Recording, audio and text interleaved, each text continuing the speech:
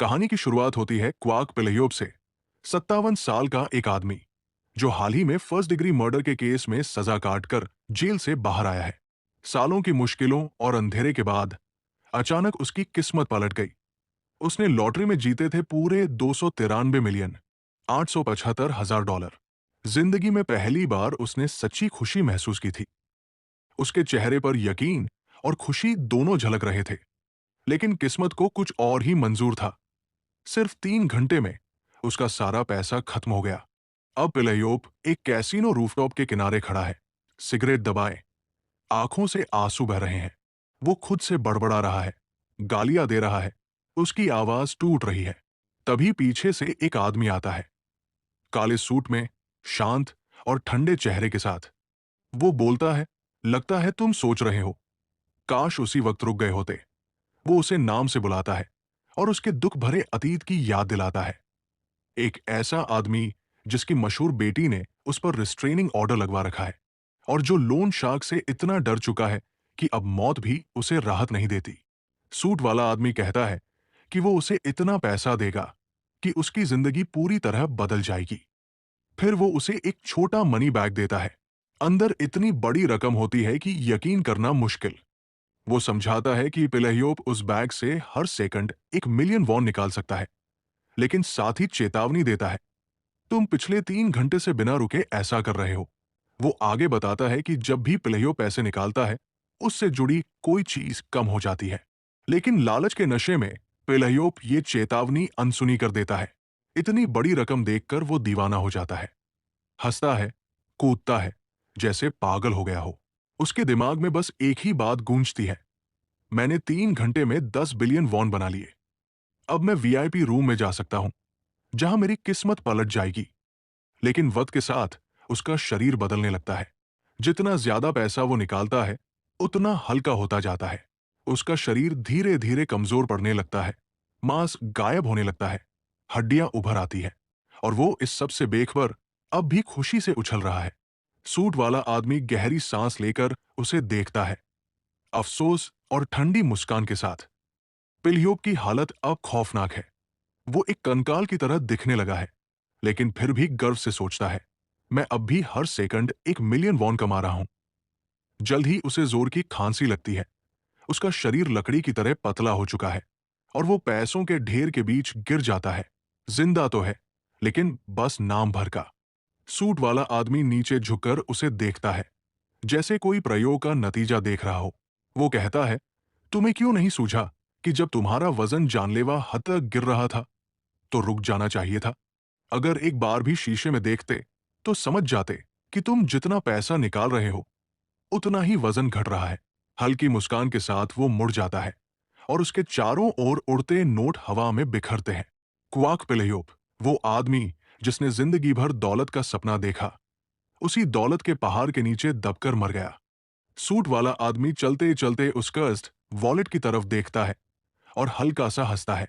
फिर धीरे से बड़बड़ाता है, देखते हैं अगली बार इसे किसे दूं और वो क्या खोएगा। सीन बदलता है। अब हम देखते हैं एक 9 साल के लड़के को, जॉन गुम्बो, जो अपने माता पिता के अंतिम संस्कार पर मुख्य शोकर्ता के रूप में खड़ा है। उसकी आंखों से आंसू बह रहे हैं, लेकिन उसकी आवाज में दृढ़ता है। वो अपनी 17 साल की बड़ी बहन चॉन यूनवा से कहता है, दीदी, मैं बड़ा होकर सियोल नेशनल यूनिवर्सिटी में पढ़ूंगा और तुम्हें अच्छी जिंदगी दूंगा।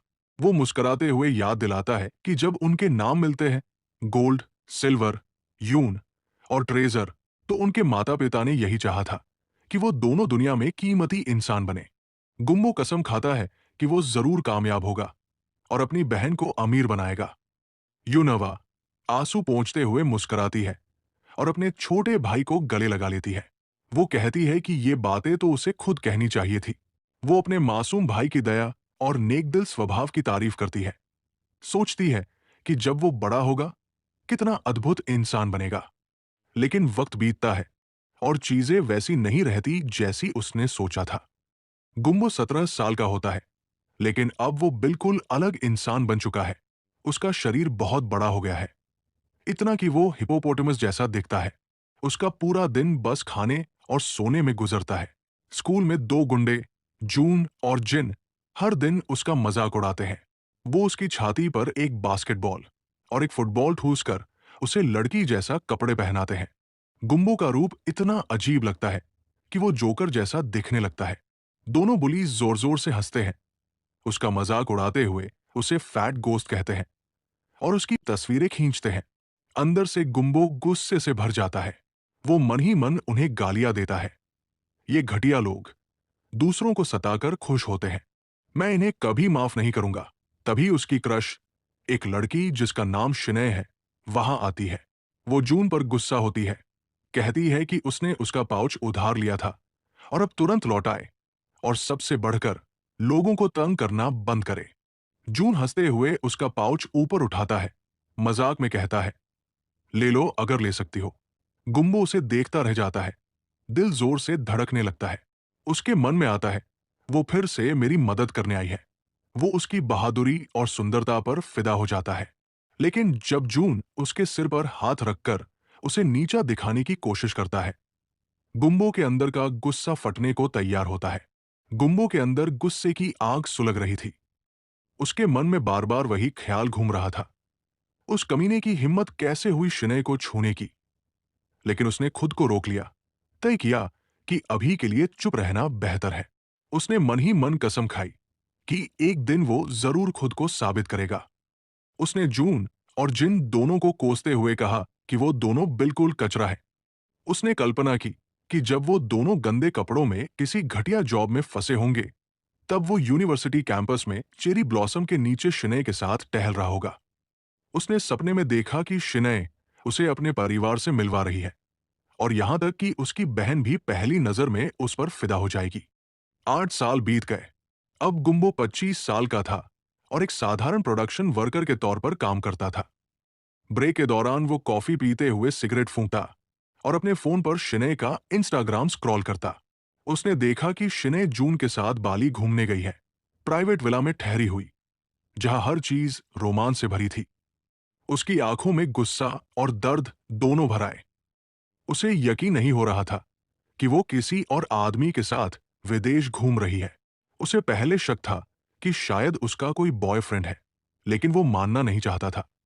अब सच्चाई उसके सामने थी, और वो भी यांग आजून के साथ। उसके दिल में कसक उठी। वो सोचने लगा कि उसने उसे कितना सच्चा प्यार किया था।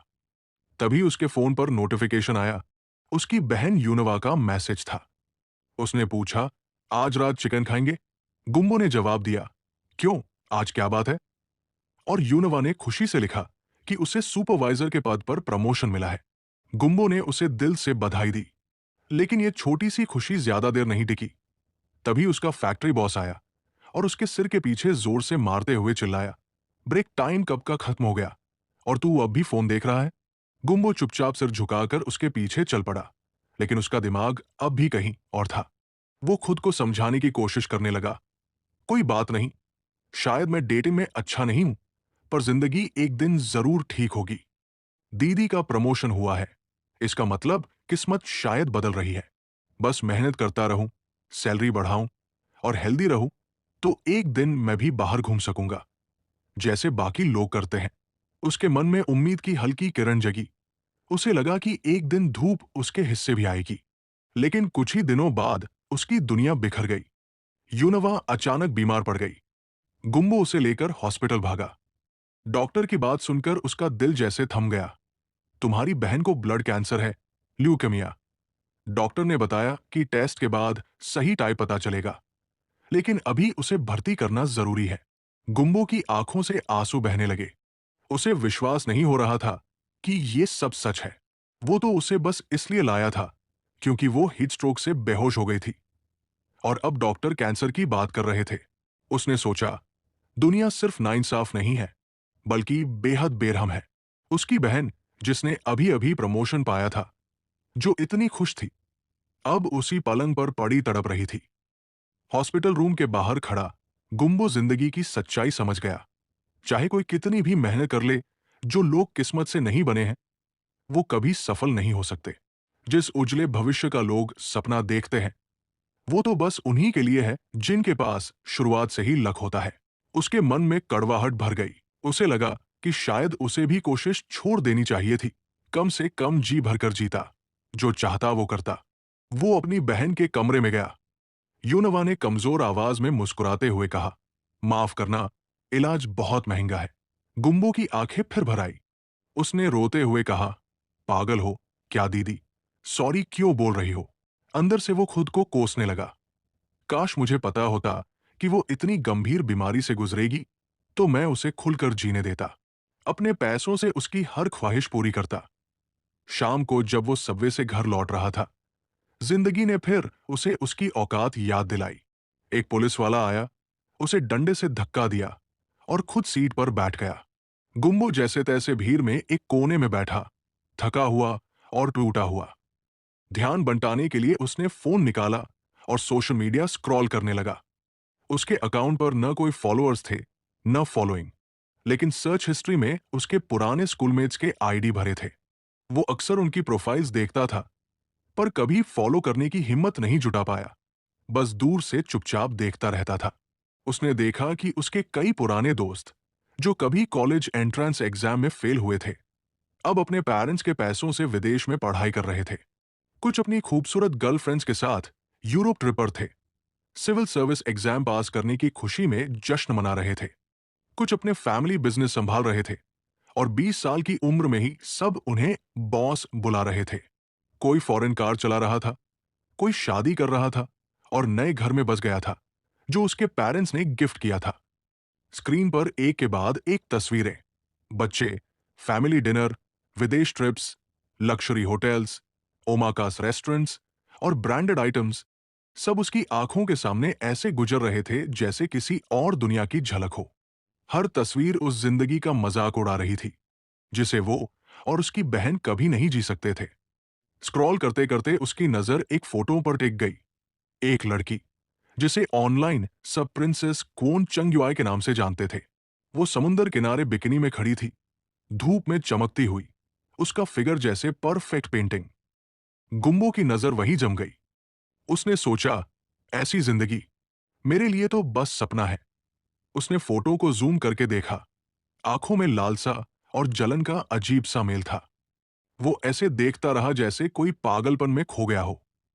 उसे एहसास भी नहीं हुआ कि पास बैठी एक औरत उसे घूर रही है, और फिर घृणा से भरी नजरों के साथ उठकर चली गई।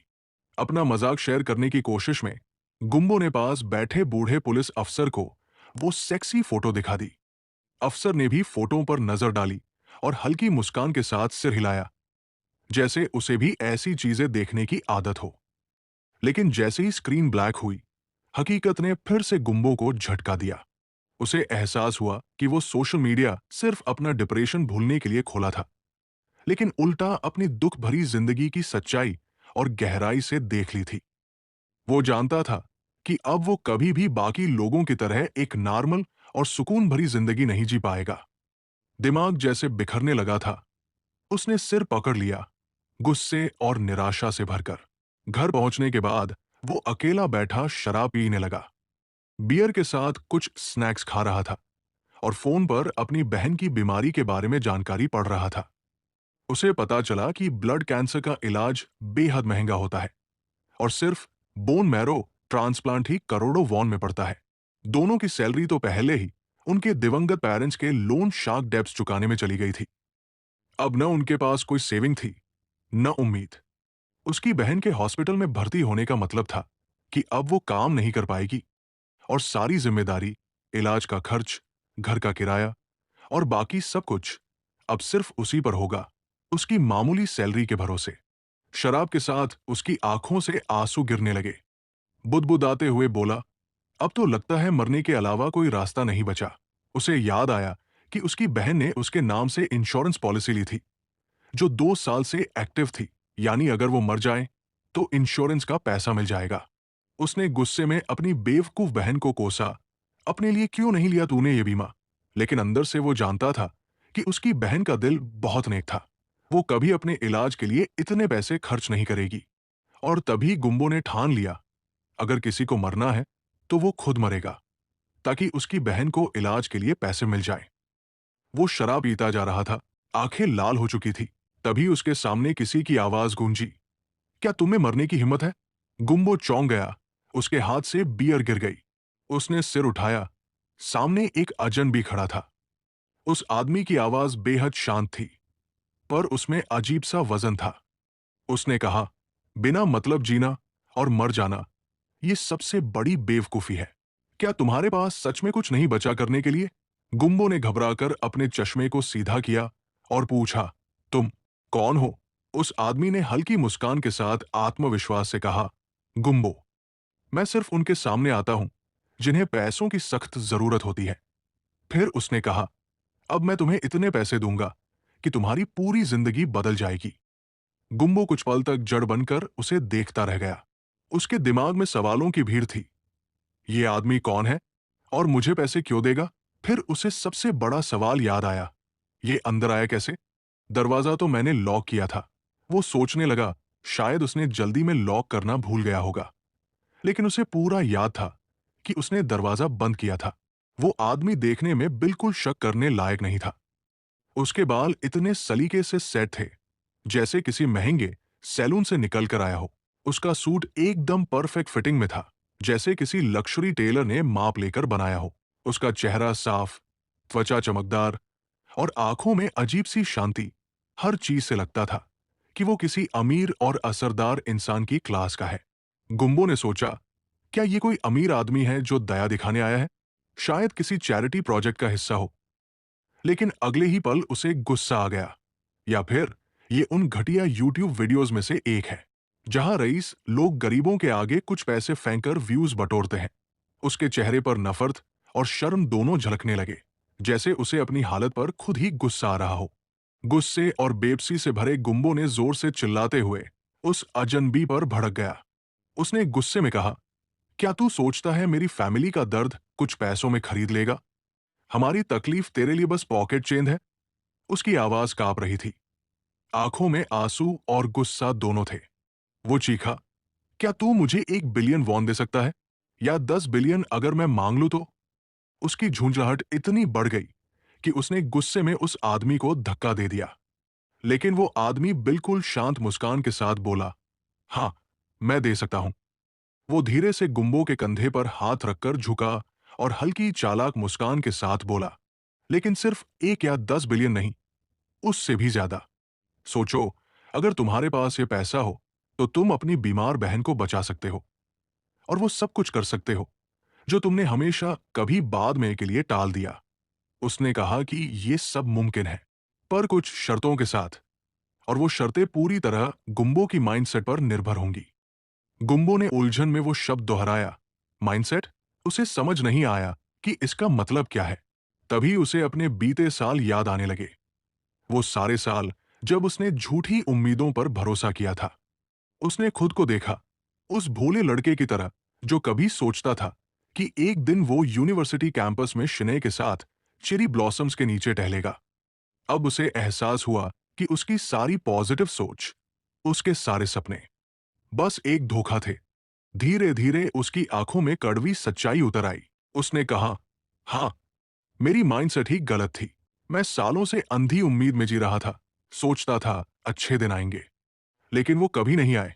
उसने उस आदमी का हाथ अपने कंधे से झटक दिया और बोला, अगर मैंने पहले ये सच्चाई समझ ली होती तो आज यहां नहीं होता। सही माइंडसेट के साथ तो इंसान कुछ भी हासिल कर सकता है, चाहे 1 बिलियन हो या 10। वो रुका, फिर कड़वाहट भरी हंसी के साथ बोला, शायद यही बात तू कहना चाहता था, है ना? उसकी आंखों से आंसू बह निकले। वो टूट गया, जोर से चिल्लाते हुए बोला, मतलब तू ये कहना चाहता है कि मैं गरीब इसलिए हूं क्योंकि मेरा माइंडसेट खराब है?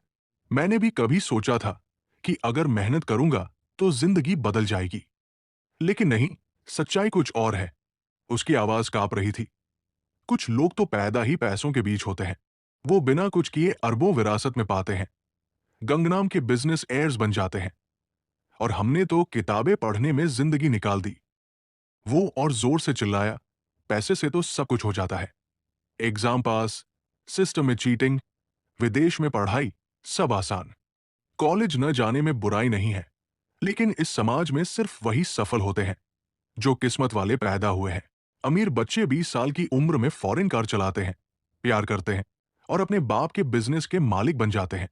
गरीबों के लिए तो जिंदा रहना भी टैलेंट मांगता है। या तो खूबसूरत बनो, या सेलिब्रिटी, स्ट्रीमर, या किसी अमीर से शादी करो, तभी ऊपर चढ़ सकते हो। वो जमीन पर गिर पड़ा, थकान और टूटेपन से रोता रहा। आंसुओं में उसका चेहरा धुंधला गया था। कमरे में सन्नाटा था। वो अजनबी अब भी खड़ा था, हाथ जेब में डाले, पूरी शांति से उसे देख रहा था। फिर उसके चेहरे पर एक चालाक मुस्कान उभरी। वो धीरे से झुका और बोला, सोचो गुम्बो, मुझसे मिलना तुम्हारी जिंदगी की सबसे बड़ी किस्मत है। उसकी आवाज धीरे और ठंडी थी। तुम्हें बस एक चीज चाहिए, ऐसा माइंडसेट जो इस मौके पर अपनी जान लगाने से भी न डरे। मैं तुम्हें वो पैसा दूंगा जो तुम्हारा पूरा भविष्य बदल देगा।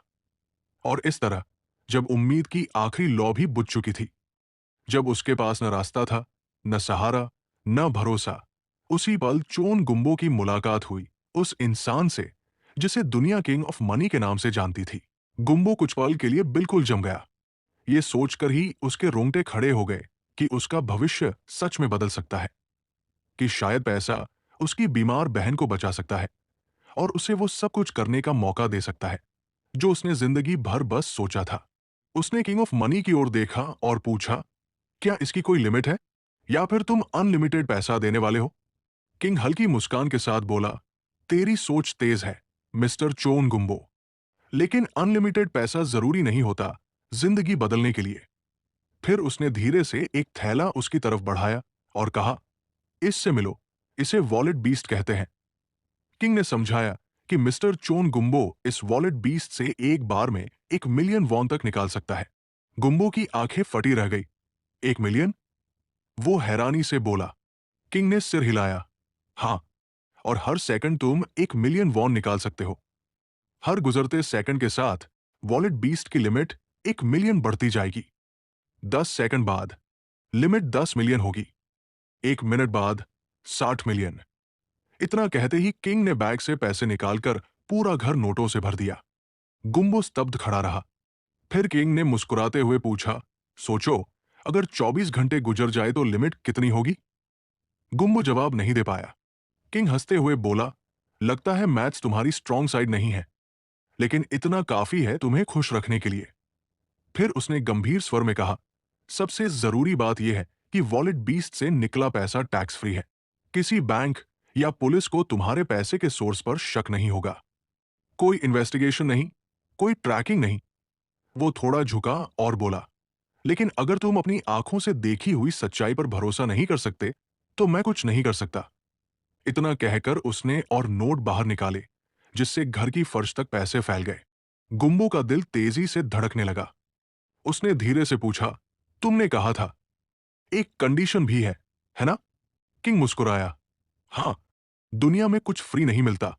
सुनो ध्यान से। उसने कहा, कभी भी, कहीं भी, जितना चाहो उतना पैसा निकाल सकते हो, लेकिन हर बार जब तुम पैसा निकालोगे, मिस्टर चोन गुम्बो से जुड़ी कोई चीज घटेगी। गुम्बो ने भौहें सिकोड़कर पूछा, कोई चीज? मतलब क्या घटेगा? किंग ने शातिर मुस्कान के साथ कहा, क्यों ना तुम खुद ट्राई करो। अगर अरबों निकालोगे तो समझ जाओगे। उसके लहजे में एक छिपी चेतावनी थी। फिर उसने 3 रूल समझाए। पहला, जब वो चीज जो गुम्बो से जुड़ी है घटते घटते पूरी तरह गायब हो जाए, तब वॉलेट 20 से पैसा नहीं निकलेगा। दूसरा, अगर लगातार 30 दिन तक एक भी वॉन नहीं निकाला गया, तो वॉलेट बीस्ट का अस्तित्व ही खत्म हो जाएगा। और तीसरा, अगर किसी और को ट्रांसफर किया, छोड़ दिया या मर गया, तो वॉलेट बीस्ट हमेशा के लिए खत्म। किंग ने कहा, बस इतना ही सिंपल है। अब डिसाइड करो। उसकी आंखें गुम्बो की आत्मा में झांकती सी लगी। जैसे ही तुम इसे अपना बना लोगे, तुम्हें अपार दौलत पाने का मौका मिलेगा। बदले में तुमसे जुड़ी कोई चीज चली जाएगी। सवाल सिर्फ इतना है, मिस्टर चोन गुम्बो। वो ठहर गया। क्या तुम सच में खुश रह पाओगे अगर ये डील स्वीकार कर ली? गुम्बो के दिमाग में हजारों ख्याल दौड़ने लगे। उसने सोचा, अगर मैं मर भी जाऊं और बहन को मेरा इंश्योरेंस मिल जाए, या अगर हर बार पैसा निकालते वक्त मेरी लाइफ स्पैन घटे, तो क्या फर्क पड़ता है? आखिर में तो नतीजा एक ही है। उसकी आंखें खाली थी, लेकिन दिल में एक ही बात गूंज रही थी, मुझे पैसे चाहिए, अभी। उसने कांपते हाथों से किंग ऑफ मनी के हाथ से वो थैला पकड़ लिया। अगले ही पल तेज रोशनी का धमाका हुआ और जब गुम्बो ने दोबारा आंखें खोली, किंग गायब था। कमरे में बस वो और वो रहस्यमयी बैग था। गुम्बो जमीन पर गिर पड़ा, हाथों में थैला कसकर पकड़े हुए।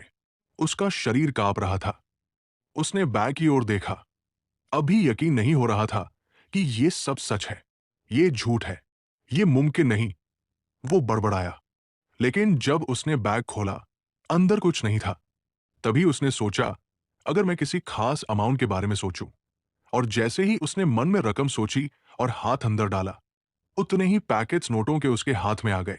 वो अविश्वास में देखता रह गया। जैसे ही उसने बैग उल्टा किया, नोटों के ढेर जमीन पर गिरने लगे। कुछ ही सेकंड में उसके पास 65 मिलियन वॉन जमा हो गए थे। उसके बदन में सिहरन दौड़ गई। वो ठिठक कर उन पैसों को देखता रहा, सोचता हुआ, आखिर मेरी जिंदगी का कितना हिस्सा घट गया इन 65 मिलियन के लिए। और भीतर कहीं गहराई में वो जानता था, जवाब क्या है। गुम्बो को अब सब कुछ समझ आने लगा था। असल में ये तो शुरू से ही साफ था। जिस पल उसने मरने का फैसला किया, उसी पल उस रहस्यमयी आदमी का सामने आ जाना ही असली इशारा था। किंग ऑफ मनी उसी वक्त प्रकट हुआ था, जब उसने अपनी जिंदगी छोड़ने की ठान ली थी। अब उसे एहसास हुआ कि उस आदमी ने उसे उसकी जिंदगी के बदले पैसे दिए थे। जितनी जिंदगी वो फेंकने जा रहा था, उतना ही पैसा अब उसके पास आने वाला था। सच तो ये था कि हर बार जब वो उस पैसे को खर्च करेगा, उसकी जिंदगी उतनी ही घट जाएगी। वो हल्के से कड़वाहट भरी हंसी हंसा। अब क्या फर्क पड़ता है, मैं तो वैसे भी एक मामूली इंसान हूं। बस कुछ वक्त और बाकी है। उसकी आंखों में एक थकी हुई चमक थी, उम्मीद और डर दोनों का मिला-जुला एहसास। उसने उस बैग को देखा जो अब उसकी किस्मत का प्रतीक बन चुका था, और मन ही मन सोचने लगा कि अब वो इस वॉलेट से अपनी बीमार बहन की जिंदगी बचाएगा। चाहे कुछ भी हो जाए, वो अब सब कुछ करेगा। वो सारे सपने जो अब तक सिर्फ कभी बाद में कहकर टाल दिए थे। धीरे धीरे उसकी निगाह बैग पर गई, जहां उसे दो छोटे से काले डॉट्स दिखे। उसने सोचा शायद नोट निकालते वक्त कोई दाग लग गया होगा, लेकिन जैसे ही उसने गौर से देखा, उसकी सांसें थम गई। वो डॉट्स हिल रहे थे, धीरे धीरे खुल और बंद हो रहे थे। वो आंखें थी। एक पल के लिए उसका पूरा शरीर सुन्न पड़ गया। अगले ही सेकंड वो डर के मारे चीख पड़ा और बैग को दूर फेंक दिया। उसका चेहरा सफेद पड़ गया था, दिल जोर जोर से धड़क रहा था। उसने अपने हाथों को देखा, वो कांप रहे थे। उस रात उसने किसी तरह नींद ली, लेकिन उसके मन में वो दो छोटी आंखें लगातार घूमती रही। अगली सुबह वो अपने पार्ट टाइम जॉब पर पहुंचा, लेकिन इस बार उसने उस रहस्यमयी मनी बैग को भी साथ ले लिया। बैग को उसने अपनी टेबल के पास रखा और धीरे से बोला, तुम्हें पानी तो नहीं चाहिए ना? कल से भूखे हो शायद। वो मुस्कुरा दिया, जैसे किसी दोस्त से बात कर रहा हो। सॉरी वॉलेटचन, तुम्हें घर पर अकेला छोड़कर अच्छा नहीं लगा। सोचा लंच ब्रेक में थोड़ा बाहर घूमने ले चलूं, थोड़ा फ्रेश एयर मिल जाएगी। तभी पीछे से एक खड़खड़ाती हुई आवाज आई, क्या तुम अकेलेपन से इतने परेशान हो गए हो कि अपर से बातें करने लगे? वो चौंक गया और पलटकर देखा तो उसका बॉस खड़ा था, चिड़चिड़े चेहरे के साथ। बॉस ने गुस्से से कहा, गुम्बो, तू तो पूरी तरह पागल हो गया है। अब किसी कॉइन पर्स से बातें कर रहा है? गुम्बो हड़बड़ाया, ये कॉइन पर्स नहीं है। आप नहीं देख पा रहे वो क्यूट चमकती आंखें? बॉस ने तिरस्कार से देखा, आंखें? कहाँ हैं आंखें? बेवकूफ। उसकी नजर में वो बस एक छोटा बैग था, कोई जादू नहीं, कोई हलचल नहीं। बॉस ने गुस्से में मुंह बिचकाया और बड़बड़ाया, लगता है मैंने इसे पहले कम पीटा था। फिर उसने दहाड़ते हुए कहा, आज होश में लाऊंगा तुझे।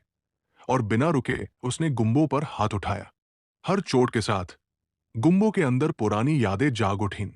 वो सारे पल जब बॉस ने बिना वजह उसे पीटा था, जब उसने जरा ज्यादा खा लिया था तो उसे गालियां दी गई थी, जब उसने बस बोलने की हिम्मत की थी तो उसे जमीन पर गिरा दिया गया था। वो हर ह्यूमिलिएशन, हर इंसल्ट आज उसके अंदर ज्वालामुखी की तरह फट पड़ी थी। जैसे ही बॉस ने फिर से वार किया, गुम्बो ने इस बार उसका हाथ झटक दिया। बॉस हैरान रह गया, इसने बचने की हिम्मत कैसे की? लेकिन उसके कुछ समझने से पहले ही गुम्बो ने पूरी ताकत से उसके चेहरे पर एक जोरदार थप्पड़ मारा। आवाज पूरे कमरे में गूंज गई। सारे वर्कर्स वहीं ठिठक गए। सबकी आंखें चौड़ी हो गई। किसी को विश्वास नहीं हो रहा था कि गुम्बो ने अपने बॉस को मारा है। गुम्बो वहां खड़ा था, चेहरे पर शांति, लेकिन आंखों में सालों की जमी हुई आग। वो बोला, मैं इस दिन का इंतजार बहुत समय से कर रहा था। फिर उसने अपनी जेब से एक कागज निकाला और उसे सामने खोला। उसकी आवाज स्थिर थी। अब आखिर इसका इस्तेमाल करने का वक्त आ गया है। कागज पर लिखा था, काउंट असू फॉर वर्क प्लेस हैरासमेंट और रेजिग्नेशन लेटर। उसने वो कागज सीधा बॉस के चेहरे पर फेंक दिया। बॉस हक्का बक्का रह गया, आंखें फटी रह गई, जैसे जमीन खिसक गई हो। गुम्बो हल्के से मुस्कुराया और वहां से बाहर निकल गया। पीछे से बॉस हकलाते हुए बोला, क्या तुम सच में जीत गए? लेकिन गुम्बो ने पीछे मुड़कर नहीं देखा। बाहर निकलते हुए उसने अपने मन में कहा, आज से मैं बेरोजगार हूं, और यही तो मैं हमेशा चाहता था।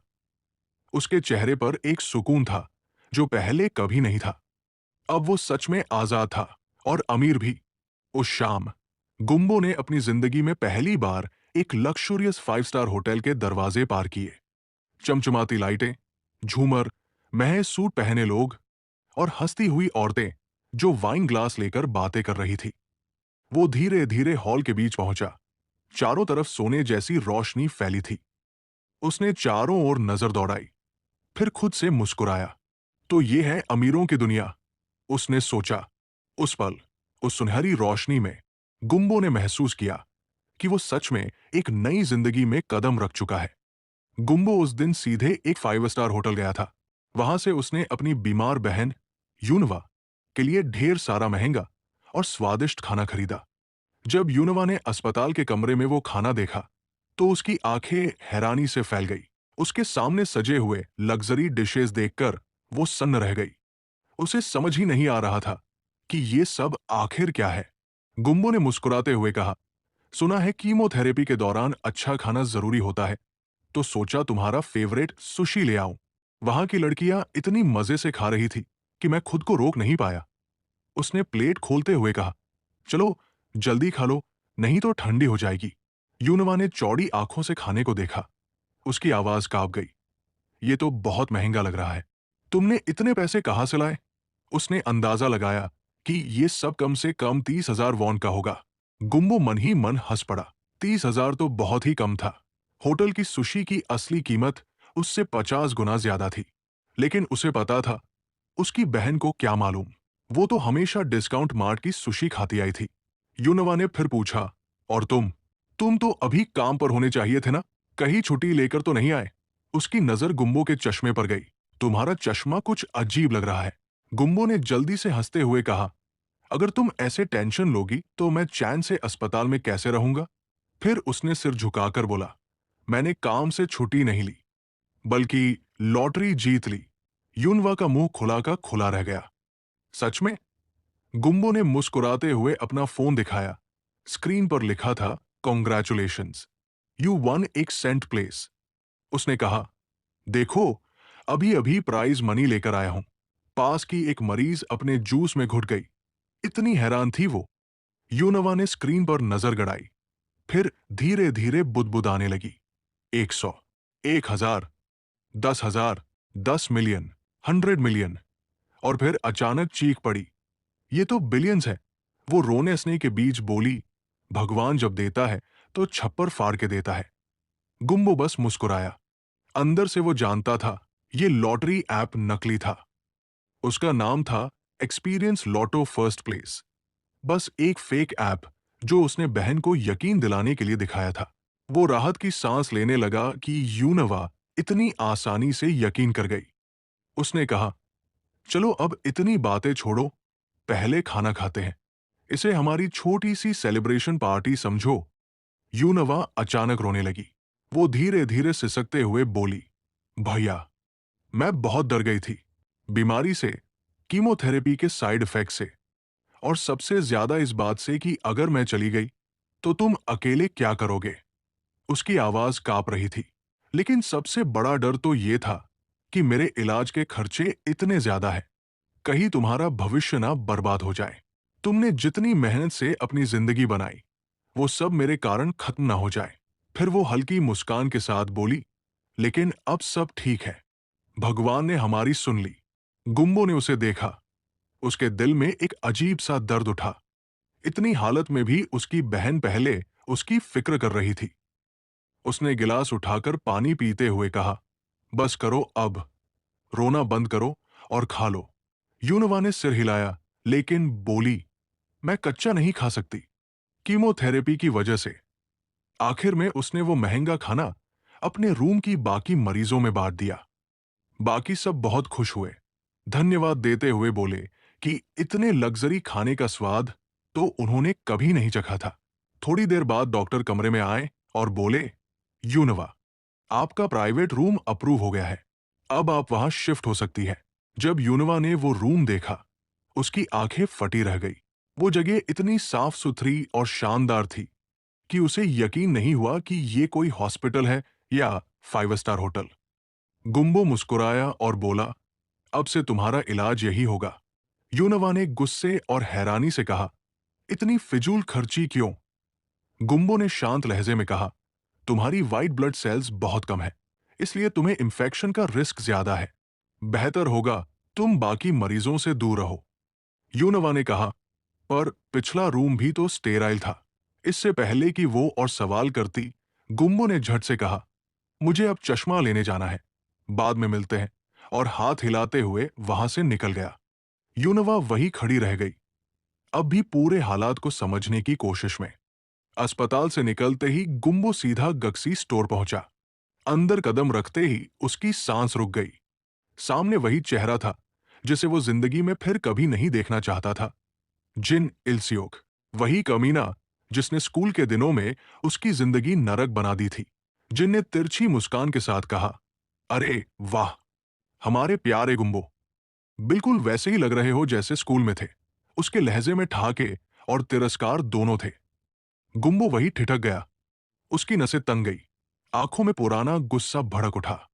साला जिन इल्सियोक, उसने मन में सोचा, जो स्कूल में गक्सी का दीवाना था, अब सच में गक्सी में काम कर रहा है। किस्मत कभी कभी कितनी क्रूर मजाक करती है। जिन ने फिर ताना मारा, तो क्या लेने आए हो यहां? ऊपर जाओ, शायद वॉशरूम मिल जाए। उसकी आवाज में वही पुरानी हंसी थी, जो गुम्बो के अंदर की चिंगारी को फिर भड़काने लगी। गुम्बो ने धीरे से समझाने की कोशिश की कि वो यहां बस नया चश्मा और कुछ कपड़े खरीदने आया है। उसने कहा कि उसने सुना था ये जगह काफी महंगी है। लेकिन जिन इल्सियोक जोर जोर से हंस पड़ा। उसकी हंसी पूरे स्टोर में गूंज गई। उसने ताना मारते हुए कहा, तेरे जैसे लोगों के बस की नहीं ये जगह। यहां तो क्या खरीदने आया है? पास खड़ा एक जूनियर स्टाफ मेंबर बोला, सर, बस करिए, ज्यादा हो रहा है। लेकिन जिन ने आंखें तरेरते हुए उसे डांट दिया, तू अपना काम कर, ज्यादा ज्ञान मत बांट। फिर उसने हंसते हुए बाकी कर्मचारियों से कहा, ये गुम्बो हाई स्कूल में मेरा चमचा था। पूरे स्कूल में इसे भिखारी गुम्बो कहा जाता था। गुम्बो ने शांत लहजे में कहा, अब मेरे पास पैसे हैं। जिन के चेहरे पर एक तिरछी मुस्कान फैल गई। उसने कहा, अच्छा, तो चल, आज गक्सी वाला लुक दे ही देता हूं तुझे। उसने गुम्बो को सिर से पैर तक पूरा गक्सी का आउटफिट पहनाया। कपड़े ठीक करते हुए वो हंसते हुए बोला, वाह, तेरे ऊपर तो गजब सूट कर रहा है। एक सीनियर स्टाफ मेंबर गुम्बो की पैंट ठीक कर रहा था। तभी जिन ने उसे झिड़क दिया, हटो जरा, कैमरे के सामने मत आओ। जिन ने फोन निकाला और फोटो क्लिक करने लगा। वो हंसते हुए बोला, देखो जरा, गुम्बो गक्सी में पूरा क्लासी लग रहा है। मेरे स्टाइलिंग स्किल्स देखो। फिर ताना मारते हुए बोला, पहन ले अभी, बाद में पेमेंट कर देना। पर अंदर ही अंदर जिन एक और प्लान बना रहा था। उसने सोचा, स्टोर में कुछ नए लक्जरी प्रोडक्ट आए हैं और ये मोटा तो वैसे भी मूर्ख है। इस मौके का पूरा फायदा उठाना चाहिए। उसके चेहरे पर एक चालाक मुस्कान आ गई। मन में हंसते हुए उसने सोचा, वाह चियो फैटी, आज तुझसे बढ़िया कमाई करूंगा और ऊपर से इंसेंटिव भी मिल जाएगा। आखिरकार गुम्बो ने कहा, ठीक है, मैं ये सब ले लेता हूं। जिन ने उसके कंधे पर थप्पड़ मारा और हंसते हुए बोला, वाह, हमेशा की तरह बड़ा दिलदार। फिर नकली मुस्कान के साथ बोला, थोड़ी देर सोफे पर बैठ जा, मैं बिल बनवाता हूं। लेकिन गुम्बो ने बिल्कुल शांत होकर कहा, नहीं, मैं तुमसे नहीं खरीदूंगा, मैं वहां वाले सेल्समैन से खरीदूंगा। जिनकी मुस्कान अचानक गायब हो गई। उसने पूछा, क्या मतलब? गुम्बो ने सीधा जवाब दिया, कस्टमर ये तय करता है कि वो किससे खरीदना चाहता है, और मैं अब इस स्टोर में अक्सर आने वाला हूं। अगर तुम हर बार यूं दोस्ती दिखाओगे तो मुझे असहज लगेगा, इसलिए मैं सिर्फ उसी सेल्स पर्सन से खरीदूंगा। वो मुड़ा और उसी जूनियर स्टाफ से बोला, क्या मैं लेडीज सेक्शन भी देख सकता हूं? स्टाफ थोड़ा हकबका गया। सर, क्या आप खुद पहनेंगे? गुम्बो मुस्कुराया और पलटकर बोला, क्या तुम पहनोगे? जिन के चेहरे का रंग उड़ गया, गुस्सा अंदर से उबल रहा था। कुछ देर बाद जिन ने चोरी छिपे गुम्बो की फोटो ली और अपने दोस्त जून को भेज दी। देख भाई, चियो फैटी हमारे स्टोर आया है, पैसे पानी की तरह उड़ा रहा है, लगता है सच में लॉटरी जीत गया। जून ने रिप्लाई किया, तू पागल है क्या? कुछ भी भेज देता है, खाली बैठा है क्या जो ऐसी बातें पोस्ट कर रहा है? उसी वक्त जून अपनी गर्लफ्रेंड शने के साथ एक 5 स्टार होटल के रेस्टोरेंट में बैठा था। उनकी पहली एनिवर्सरी डिनर थी। शिने ने भौहें चढ़ाई, तुम फिर फोन देख रहे हो? आज तो मुझे पूरा टाइम देना था। जून ने मुस्कुराते हुए कहा, नहीं नहीं, बस कुछ मजेदार दिखा, और उसे जिन द्वारा भेजी गई फोटो दिखाई। उसने कहा, देखो, ये चियो फैटी है हमारे स्कूल का, लगता है सच में लॉटरी लग गई इसे। तभी पीछे से एक परिचित आवाज आई, अरे वाह, जून और शिनय, कितने साल बाद मिल रहे हैं। दोनों ने पीछे मुड़कर देखा, वही गुम्बो था। वो बड़ी खुशी से मुस्कुरा रहा था। उसने थोड़ा नाटकीय अंदाज में कहा, वाह शिनय, हमारी स्कूल की गॉडेस अभी उतनी ही खूबसूरत हो। शिनय ने शालीनता से मुस्कुराते हुए कहा, धन्यवाद गुम्बो। जून थोड़ा असहज हंसा और बोला, क्या संयोग है ना? लेकिन गुम्बो ने मुस्कुराते हुए कहा, संयोग नहीं है। डिपार्टमेंट स्टोर से निकलकर मैंने स्टार स्टार ऐप पर ट्रेंडी रेस्टोरेंट्स सर्च किए थे। वहां एक पोज दिखी, गॉडेस शिन एई, तो सोचा क्यों न मिल लिया जाए। जू ने उसे ध्यान से देखा, मन ही मन सोचता रहा, क्या सच में इस मोटे ने लॉटरी जीत ली? अगर ये सब जिन इल्सियों की दुकान से खरीदा है तो शायद ये झूठ नहीं है। शिनय ने गुम्बो को देखकर कहा, तुम तो पहले से बहुत बदल गए हो। गुम्बो ने हंसते हुए जवाब दिया, मुझे तो नहीं लगता मैं बदला हूं, और फिर मुस्कुराकर बोला, वैसे सुना है आज तुम्हारी फर्स्ट एनिवर्सरी है, बधाई हो। शिनय हल्के से मुस्कुराई, उसके मजाकिया लहजे पर थोड़ा झेंपते हुए। लेकिन गुम्बो ने झुककर जून के करीब आकर धीमे स्वर में कहा, यार जून, तू तो पहले से भी सस्ता हो गया है। उसने ताना मारते हुए कहा, पहली एनिवर्सरी है तेरी और तूने बस सिंगल आइटम्स ऑर्डर किए हैं। थोड़ा क्लास रखना चाहिए था ना, कम से कम फुल कोर्स मील तो ले लेता। फिर उसने शरारती मुस्कान के साथ बताया कि उसने पहले ही मेन्यू पढ़ लिया था। फुल कोर्स मील में तो स्टेक के साथ लॉबस्टर भी आता है, और तूने तो सिर्फ स्टेक लिया है, उसमें तो लॉबस्टर अलग से नहीं आता। जून के चेहरे पर गुस्सा चढ़ने लगा। गुम्बो ने उनकी वाइन ग्लास की ओर देखा और फिर मुस्कुराते हुए बोला, और हां, वाइन भी ग्लास से ली है, बॉटल से नहीं। स्मेल से ही पता चल रहा है, सस्ती वाइन है। अब जून बर्दाश्त नहीं कर पाया। उसने गुम्बो की कॉलर पकड़ ली और गुस्से में चिल्लाया, तू कौन समझता है खुद को? कुछ सालों में बहुत उछलने लगा है क्या? या फिर मैं तुझे पुराने दिनों की पिटाई याद दिलाऊं? गुम्बो की नजर अचानक ठंडी पड़ गई। उसने सख्त लहजे में कहा, हाथ हटाओ जून, ये कपड़े नए हैं, आज ही खरीदे हैं। अगर ये खिंच गए तो क्या तुम उसका दाम भर पाओगे? शिनय झल्लाकर खड़ी हो गई, बस करो तुम दोनों, मुझे हिंसा से नफरत है। गुम्बो ने शांति से कहा, एक मिनट रुकना। फिर उसने वेटर को बुलाया और कहा, वो विंटेज वाइन बॉटल आओ, वही महंगी वाली। वाइन आने के बाद गुम्बो ने शिने की ओर देखा और मुस्कुराकर बोला, तुम्हें याद है स्कूल के दिनों में जब सब मुझे परेशान करते थे, तो तुम ही थी जिसने मेरी मदद की थी। आज मैं बस वो एहसान उतार रहा हूं। शिने थोड़ा हड़बड़ा गई और बोली, नहीं गुम्बो, इसकी कोई जरूरत नहीं है। लेकिन गुम्बो ने मुस्कुराते हुए कहा, नहीं, ये मैं करना चाहता हूं, और हां, अब मैं तुम्हारा डेट और नहीं डिस्टर्ब करूंगा। उसने मुस्कुराते हुए दोनों को हैप्पी एनिवर्सरी कहा और वेटर की तरफ जाकर पेमेंट करने लगा। शिनय हल्के से मुस्कुराई और बोली, थैंक यू। फिर जून की तरफ देखकर बोली, वाह, कितना अच्छा हुआ। हम तो वाइन पर पैसे बचाने की सोच रहे थे और ये खुद ही पे कर गया। जून का चेहरा गुस्से से लाल हो गया। उसने जोर से टेबल पर हाथ पटका और चिल्लाया, वो मोटा मुझे भिखारी समझता है क्या? वेटर, उस वाइन का बिल मेरे कार्ड पर डालो। मैं किसी और के पैसे की घटिया वाइन नहीं पीऊंगा। वेटर झिझकते हुए बोला, सर, ये बॉटल 3,50,000 वॉन की है। क्या आप श्योर हैं? गुम्बो पीछे मुड़ा। उसकी आंखों में हल्की मुस्कान थी। उसने कहा, ज्यादा मत दिखाओ, मैंने तुम्हारी फाइनेंशियल हालत पहले ही टेबल से देख ली है। फिर उसने जोड़ा, याद है स्कूल में तुमने क्या कहा था? अपनी औकात में रहना। सीन धीरे धीरे अतीत की ओर चला गया। स्कूल के दिनों में जून ने गुम्बो के हेडफोन छीन लिए थे और बोला था, ये क्या दिखावा कर रहा है? तेरी औकात नहीं है ऐसे गिफ्ट्स की। गुम्बो ने समझाया था कि वो हेडफोन उसकी बहन ने बर्थडे गिफ्ट में दिए थे। लेकिन जून ने हंसकर कहा था, तू अपनी औकात में रह और वायर्ड ईयरफोन यूज कर। वापस वर्तमान में, गुम्बो ने ठंडे स्वर में कहा, औकात में रहो, जून, और शिने की वाइन उसी से पी लो। मैंने ये वाइन सिर्फ उसके लिए खरीदी है। उसने वेटर से कहा, बिल मेरे कार्ड पर डाल दो। जून ने मुट्ठी कस ली, लेकिन कुछ कह नहीं पाया। थोड़ी देर बाद गुम्बो एक रेस्टोरेंट टेबल पर बैठा था। उसने एक बाइट लिया और मुस्कुराकर बोला, वाह, जैसा सोचा था वैसा ही कमाल का है। खाते हुए उसने मन ही मन सोचा, आखिर ठंडा पोर्क बेली जैसा कुछ नहीं। होटल का सुशी, स्टेक या लॉबस्टर सब फीके हैं इसके आगे। उसे याद आया कि पहले पैसे की कमी के कारण वो हमेशा भूखा रहता था, लेकिन आज वो ठान चुका था कि अब पेट फटने तक खाएगा। वो खाते हुए अपने फोन की ओर झुका और बोला, लॉटो चान, आज तो मजा आ गया। तभी उसने कुछ अजीब देखा। लॉटो चान के साइड में एक छोटा सा उभार था। उसने गौर से देखा। वो किसी पंख जैसा लग रहा था। वो हैरान रह गया। ये क्या? पंख? उसे यकीन नहीं हुआ।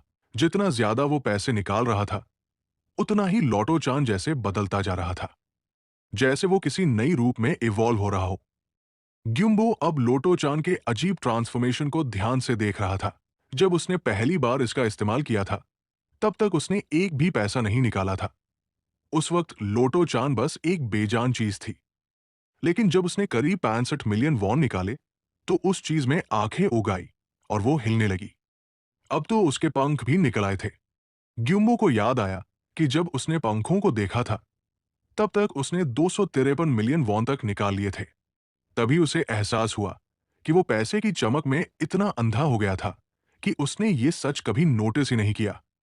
जितना लोटो चान इवॉल्व हो रहा था, उतनी ही उसकी खुद की जिंदगी कम होती जा रही थी।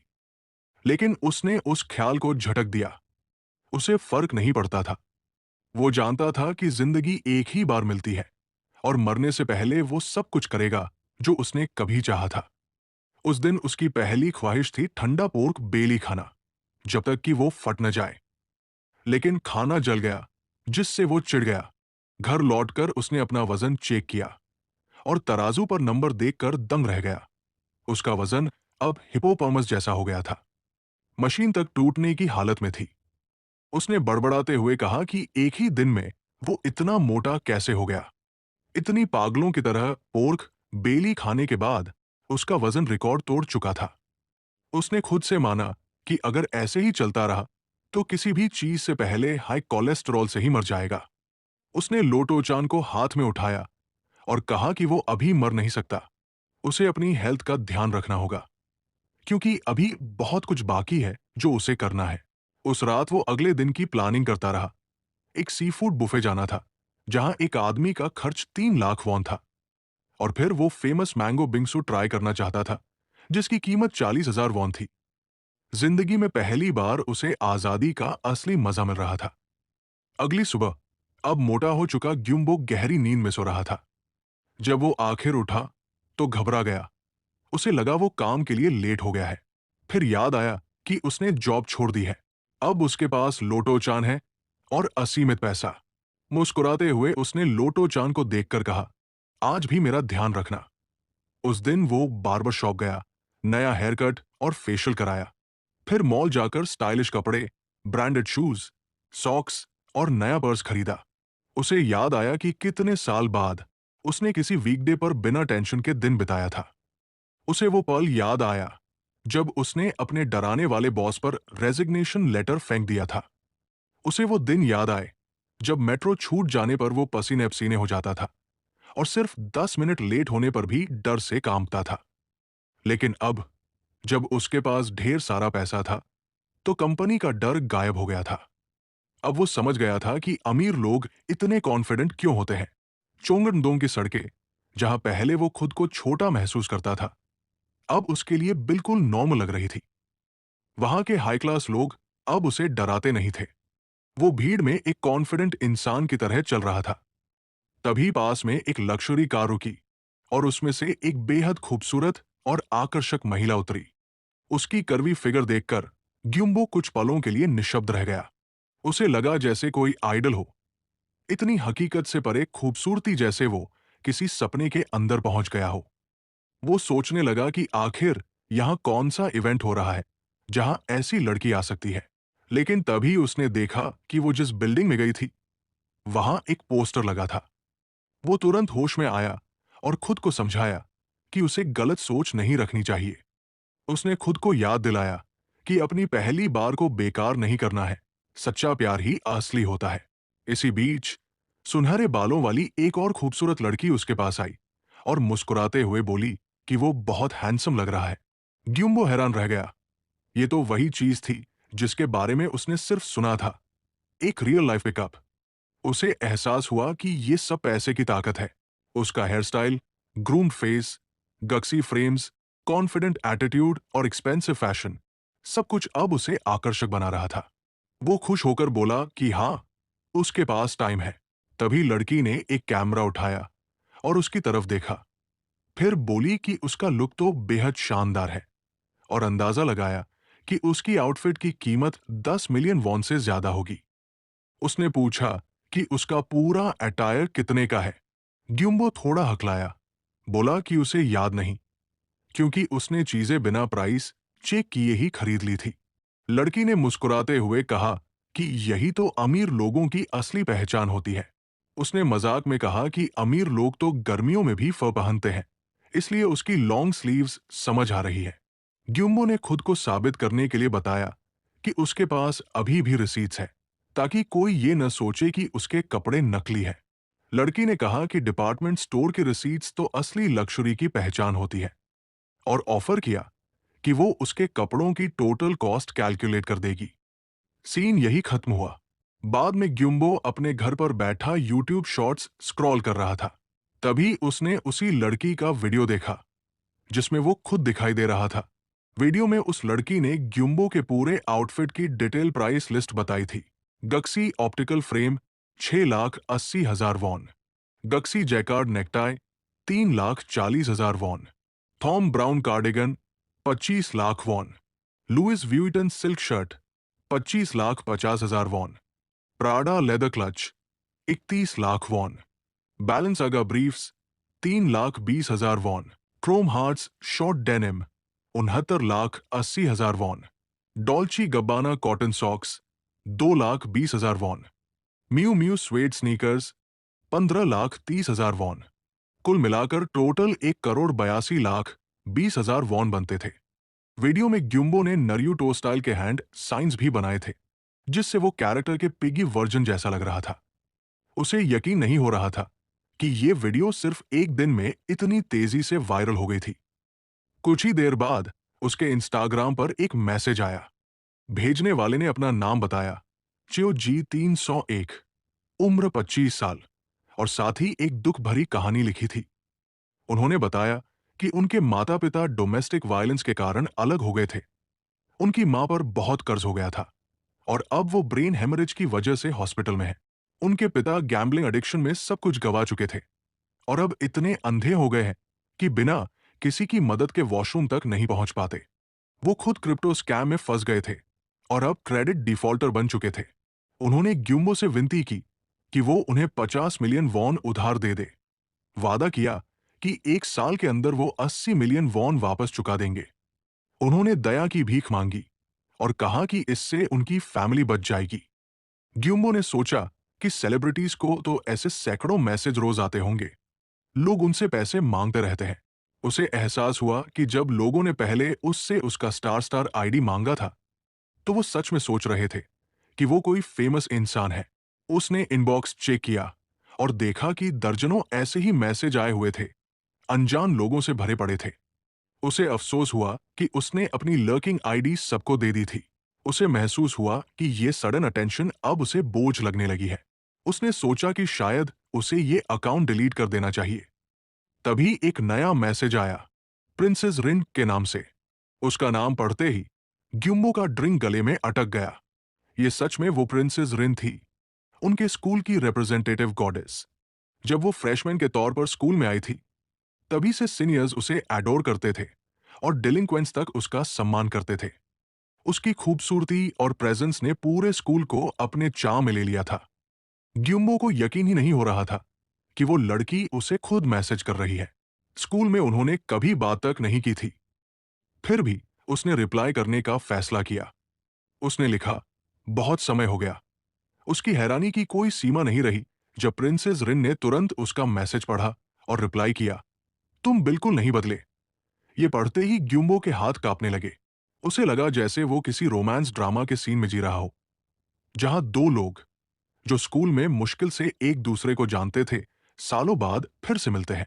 इसी बीच अचानक उसके घर की डोरबेल बजी। उसे लगा कोई डिलीवरी आई होगी। वो पिग्स फीड खाते हुए और रिन से चैट करते हुए जल्दी से दरवाजे की तरफ भागा। लेकिन जब उसने दरवाजा खोला तो वहां कोई नहीं था। न डिलीवरी, न पैकेज, कुछ भी नहीं।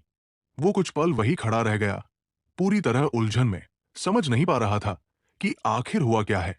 जिन और जुन सच में ग्युम्बो के घर तक पहुंच गए थे। ग्युम्बो को यकीन ही नहीं हो रहा था कि ये दोनों उसके दरवाजे पर खड़े हैं। जिन बिना किसी झिझक के घर के अंदर घुस आया और बोला कि ग्युम्बो ने किसी डिपार्टमेंट स्टोर की मेंबरशिप कार्ड बनाई थी ताकि पॉइंट्स जमा कर सके। फिर उसने उन्हें इशारा किया कि बाहर तमाशा मत करो, अंदर चलो, बहुत बातें करनी है।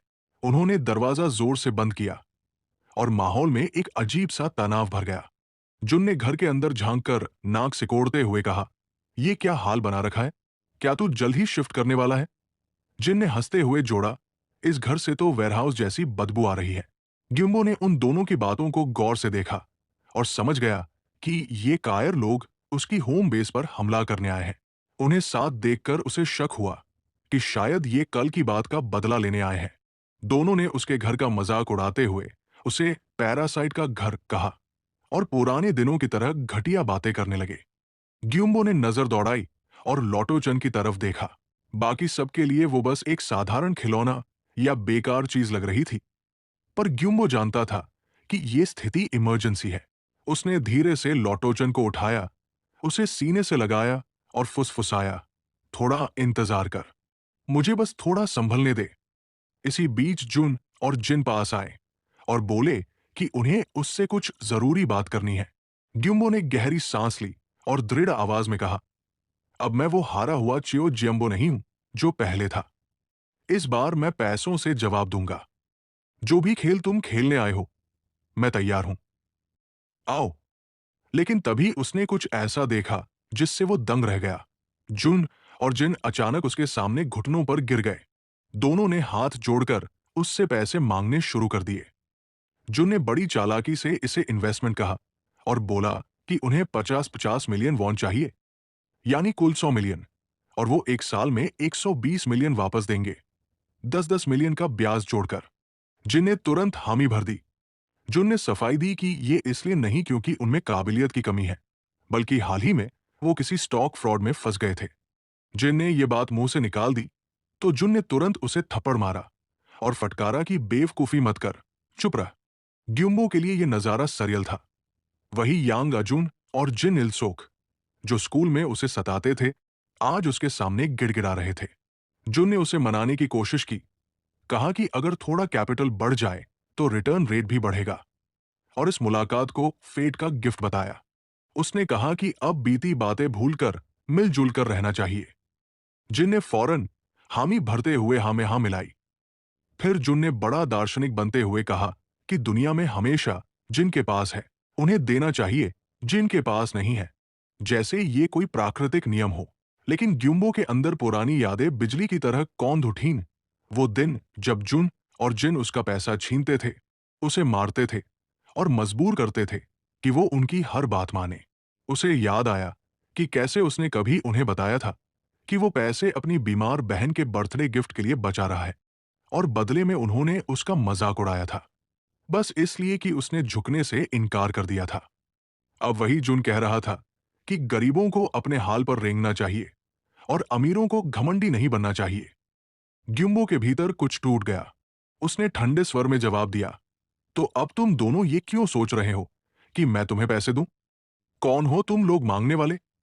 उसने कहा कि पैसे देने से पहले उसकी एक शर्त है, हर एक को एक मुक्का पड़ेगा। जुन ने धीरे से जिन से फुसफुसाया कि चिल रहना, ज्यादा रिएक्ट मत करना, इस मोटे की पंच में ताकत नहीं है। जिन ने गिड़गिड़ाते हुए कहा, बस चेहरे पर मत मारना, मुझे कल काम पर जाना है, एक मुक्का काफी होगा। लेकिन अगला पल किसी तूफान से कम नहीं था। ग्युम्बो का मुक्का सीधे जिन के पेट पर पड़ा और वो उड़ते हुए पीछे गिरा, जमीन पर धड़ाम से। जुन की आंखें फटी की फटी रह गई। लगा कि वो बस नाटक कर रहा है, सिंपैथी पाने का ड्रामा, ताकि पैसे ऐंठ सके। उसने गुस्से में कहा, साला पैसे के लिए अपनी आत्मा बेच देगा। उसे नहीं पता था कि उसका वार सच में जोरदार पड़ा है। जिन सचमुच बेहोश पड़ा था।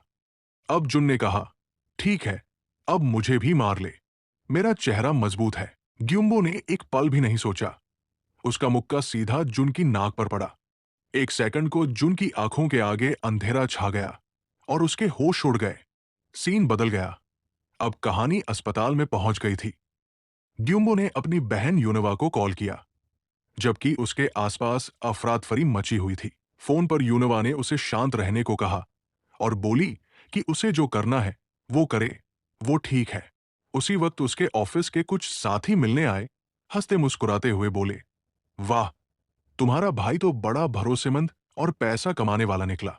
उन्होंने मजाक में कहा कि उसकी वजह से अब उसे इतना लग्जरी रूम मिला है। सबने उसे जल्दी ठीक होने की शुभकामनाएं दी, कहते हुए कि इतनी खूबसूरत उम्र में अस्पताल में पड़ी रहना तो ठीक नहीं। यूनवा ने सबका धन्यवाद किया और हल्की मुस्कान दी। उनमें से किसी ने फिर एक और मरीज का जिक्र किया, जीहे नाम की लड़की का, जिसे भी ल्यूकेमिया हुआ था और उसने पिछले साल बीमारी की वजह से जॉब छोड़ दी थी। सबने सोचा कि शायद ये बीमारी प्रदूषण या स्ट्रेस की वजह से हो रही होगी। किसी ने कहा, इतनी कम उम्र में ऐसी बीमारी, कितना बुरा है। यूनवा चुप हो गई। उसके चेहरे की मुस्कान धीरे धीरे मिट गई और उसके मन में डर और चिंता की लहरें उठने लगी। उधर कॉल खत्म होने के बाद भी ग्युम्बो का मन शांत नहीं हो पा रहा था। प्रिंसेस रिन का मैसेज बार बार उसके दिमाग में घूम रहा था। उसने उससे मिलने को कहा था। वो सोचने लगा कि उसने तो कभी किसी औरत के साथ अकेले वक्त नहीं बिताया, सिवाय अपनी फैमिली के। इस सोच ने उसे अजीब सा नर्वस कर दिया। उसने खुद को शीशे में देखा और सोचा कि उसे अपने लुक्स और प्रेजेंस का ध्यान रखना चाहिए। तभी अचानक किसी ने धीरे से उसकी गाल पर उंगली रखी। वो चौंक गया। सामने खड़ी थी प्रिंसेस जोरिन, बेहद खूबसूरत, स्टाइलिश और सेक्सी लुक में। उसकी इस अनपेक्षित छुअन से ग्युम्बो का दिल एक पल के लिए रुक सा गया। उसके गाल गर्म पड़ गए, सांस अटकने लगी। प्रिंसेस रिन मुस्कुराई और बोली, तुमने कुछ खाया नहीं है ना? पहले कुछ खा लेते हैं। ग्युम्बो कुछ पल के लिए खाली दिमाग से उसे देखता रहा, फिर जल्दबाजी में बोला, हाँ, हाँ, ठीक है। रिन ने उसका हाथ थामा और बोली कि उसने पहले से ही एक रेस्टोरेंट बुक कर रखा है। ग्युम्बो के माथे से पसीना बहने लगा जब वो उसके साथ चलते हुए सड़क पर निकला। उसे याद नहीं रहा कि रास्ता कौन सा था या वो क्या बातें कर रहे थे। बस इतना याद रहा कि रास्ते में हर कोई उन्हें घूर रहा था। लोगों की नजरें सिर्फ रिन पर थी, उसके स्लिम हाथ, चमकती स्किन और उस वक्त जब उसका गर्म शरीर ग्युम्बो की बाह से हल्का सा टच हुआ तो उसके सारे होश मानो उसके लेफ्ट एल्बो में सिमट गए। रेस्टोरेंट पहुंचे तो वहां हर टेबल के लिए अलग प्राइवेट रूम था। कमरे में एसी इतना ठंडा था कि हवा काटने जैसी लग रही थी, लेकिन ग्युम्बो के शरीर से पसीना लगातार बह रहा था, मानो अंदर ही बारिश हो रही हो। रिन ने मुस्कुराते हुए उसके गाल पर हाथ रखा और बोली, तुम बहुत पसीना बहा रहे हो, सब ठीक है ना? ग्युम्बो का दिल जोर से धड़कने लगा। वो इतना नर्वस था कि सांस तक लेना मुश्किल हो गया। उसके सामने बैठी प्रिंसेस रिन मानो किसी अलग दुनिया की थी। खूबसूरती, क्लास और एलिगेंस से भरी हुई। वो पल उसे किसी रोमांस ड्रामा जैसा लगा, जहां एक आम लड़का अनजाने में किसी प्रिंसेस की दुनिया में खिंच जाता है और समझ नहीं पाता कि ये सपना है या सच। प्रिंसेस रिन धीरे धीरे जियम्बो के करीब आई। उनके होंठ ऑलमोस्ट एक दूसरे को छूने वाले थे। जियम्बो को उसकी सांस अपनी स्किन पर महसूस हुई और उसे अचानक लगा कि अगर ये ऐसे ही चलता रहा तो उनके होंठ सच में टकरा जाएंगे। घबराकर उसने जल्दी से उसका हाथ पकड़ लिया और पूछा कि क्या किसी ने उसे मारा है। प्रिंसेस रिन थोड़ी हैरान हुई, समझ नहीं पा रही थी कि उसने ये सवाल अचानक क्यों पूछा। जियम्बो की नजर उसके हाथ पर गई, जहां उसे स्किन पर साफ साफ पैचेस दिख रहे थे। उसने बताया कि छोटा सा जो शेप है वो वार्म पैच है, और तभी उसे एहसास हुआ कि शायद ये सारे ब्रूजेस की वजह से हैं। उसे कोल्ड और वार्म दोनों तरह के पैचेस एक साथ दिखे और उसे समझ आ गया कि उसने ब्रूस की हालत के हिसाब से अलग अलग पैचेस लगाए होंगे। उसके मन में चिंता भर गई और उसने फिर पूछा कि उसे चोट कौन पहुंचा रहा है, और कहा कि अगर कभी मदद चाहिए हो तो उसे बताना चाहिए। प्रिंसेस रिन हल्का सा हंसी, जैसे उसकी चिंता बेकार हो। उसने कहा कि उसे कोई मारने की हिम्मत भी नहीं करेगा। ये ब्रूजेस दरअसल पोल डांसिंग से आए थे, पोल के फ्रिक्शन से बनने वाले मार्क्स। फिर वो ग्रेसफुल तरीके से पोज करके खड़ी हुई। उसका कॉन्फिडेंस और चार्म इतना था कि किसी का भी दिल पिघल जाए। वो कई मॉडल्स और एक्ट्रेसेस से भी ज्यादा स्टनिंग लग रही थी, अपनी मेहनत और डिसिप्लिन का रिजल्ट दिखाते हुए। उसने कैजुअली कहा कि उसके बॉडी के रिजल्ट्स मेहनत के बिना पॉसिबल नहीं थे। जियम्बो का दिमाग एक सेकंड के लिए खाली हो गया। प्रिंसेस रिनपोल डांसिंग करती है, ये सोचकर ही वो पूरी तरह से स्टन हो गया। उसके लिए ये सब अनबिलीवेबल था, लिटरली द बेस्ट थिंग। तभी प्रिंसेस रिन ने मोमेंट तोड़ते हुए कहा कि उसे भूख लग रही है और पूछा कि उन्हें क्या ऑर्डर करना चाहिए।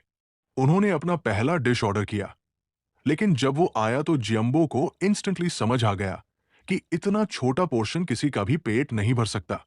फिर भी उसे लगा कि इस रेस्टोरेंट के अपने फायदे हैं। प्लेट्स इतनी क्लीन रहती है कि होटल को ज्यादा डिशवॉशर्स खरीदने की जरूरत नहीं होगी। पोर्शंस इतने टाइनी है कि बस एक बाइट के बराबर। उसके बावजूद हर डिश आर्टवर्क की तरह सजाई गई थी। हर बार डिश आने पर टेबलवेयर बदल जाता था और उसे ये पूरा एक्सपीरियंस बेहद रिफाइंड लगा। हर प्लेट को आते हुए देखना जैसे आर्ट को अनफोल्ड होते हुए देखना था। इतनी फाइन प्रेजेंटेशन देखकर उसे अचानक कुछ दिन पहले खाया हुआ बिबिम्बैप याद आया। उसके घर में हफ्ते में एक दिन बिबिम्बैप डे होता था, जो उसकी सिस्टर बनाती थी, सारे बचा-खुचा साइड डिशेस एक ही मेटल बॉल में डालकर। उसे याद आया कि उसकी सिस्टर हमेशा उसे डांटती थी कि इतना सेसमी ऑयल मत डालो, डिश ऑयली हो जाती है। लेकिन वो हमेशा कहता कि ज्यादा डालने से टेस्ट बेहतर हो जाता है। उस दिन सब लोग स्पून से खाते थे, कोई भी लेफ्ट ओवर वेस्ट नहीं होता था। सब उसे बिबिम्बैप बोलकर मजे से खा लेते थे। उसे एहसास हुआ कि वो अब तक खाने को सिर्फ पेट भरने का तरीका समझता था, लेकिन अमीर लोग खाने को एक अलग नजर से देखते हैं, एक ब्यूटी की तरह जिसे एंजॉय किया जाता है, न कि बस खाया जाता है। ये सोचते सोचते उसकी नजर बार बार प्रिंसेस रिन पर चली जाती। उसने उसे देखते हुए पूछा कि क्या हुआ। जियम्बो झेमकर बोला कि खाना बहुत टेस्टी है। फिर भी उसके मन में वही बात चलती रही कि जहां वो खाने को नेसेसिटी समझता था, वही रिच लोग उसे एक आर्ट फॉर्म की तरह ट्रीट करते हैं। उसे समझ नहीं आया कि ऐसी डिफरेंस क्यों होती है। प्रिंसेस रिन मुस्कुराई और बोली कि आखिरकार वो उससे बात कर रहा है, नहीं तो अभी तक तो वो ही अकेली बोल रही थी। जियम्बो ने मन ही मन सोचा कि शायद इसी वजह से रिच लोगों को किसी तरह का कॉम्प्लेक्स नहीं होता।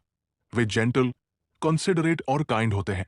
जुरीन, प्रिंसेस रिन, पूरे टाइम उसके प्रति इतनी कंसिडरेट रही थी। तभी उसे अचानक वही पल याद आया जब प्रिंसेस रिन उसके इतने करीब आ गई थी। उनके चेहरे ऑलमोस्ट छूने जैसे थे। उसने याद किया कि कैसे उसकी धड़कन तेज हो गई थी जब वो उसका पसीना पोंछने झुकी थी। उसे समझ नहीं आ रहा था कि वो उस वक्त क्या करने वाली थी। उसी समय उसका फोन बजा। उसने कॉल उठाया और शॉक में आ गया। फोन पर याद दिलाया गया कि रियल एस्टेट ऑफिस उसकी अपॉइंटमेंट कंफर्म कर रहा है, जो सिर्फ 30 मिनट्स में थी।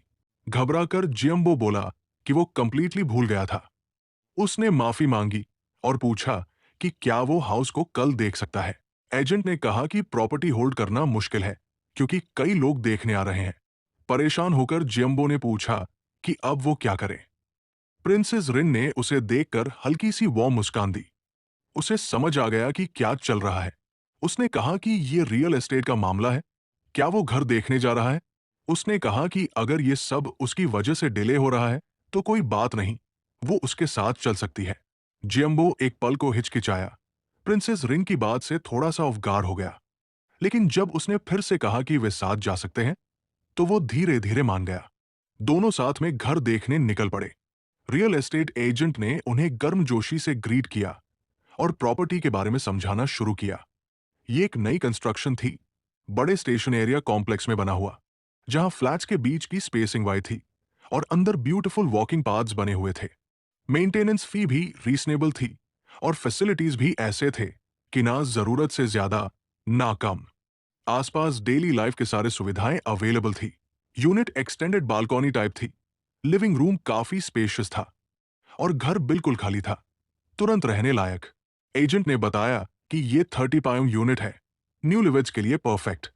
न्यू लिविड्स शब्द सुनते ही जियम्बो का चेहरा लाल हो गया। वो घबराकर बोल पड़ा कि वो दोनों बस फ्रेंड्स हैं और ऐसी गलतफहमी अलाउड नहीं है। मैरिड कपल समझे जाने का आइडिया ही उसके लिए बहुत ज्यादा था और वो मन ही मन रिपीट करता रहा कि नो वे।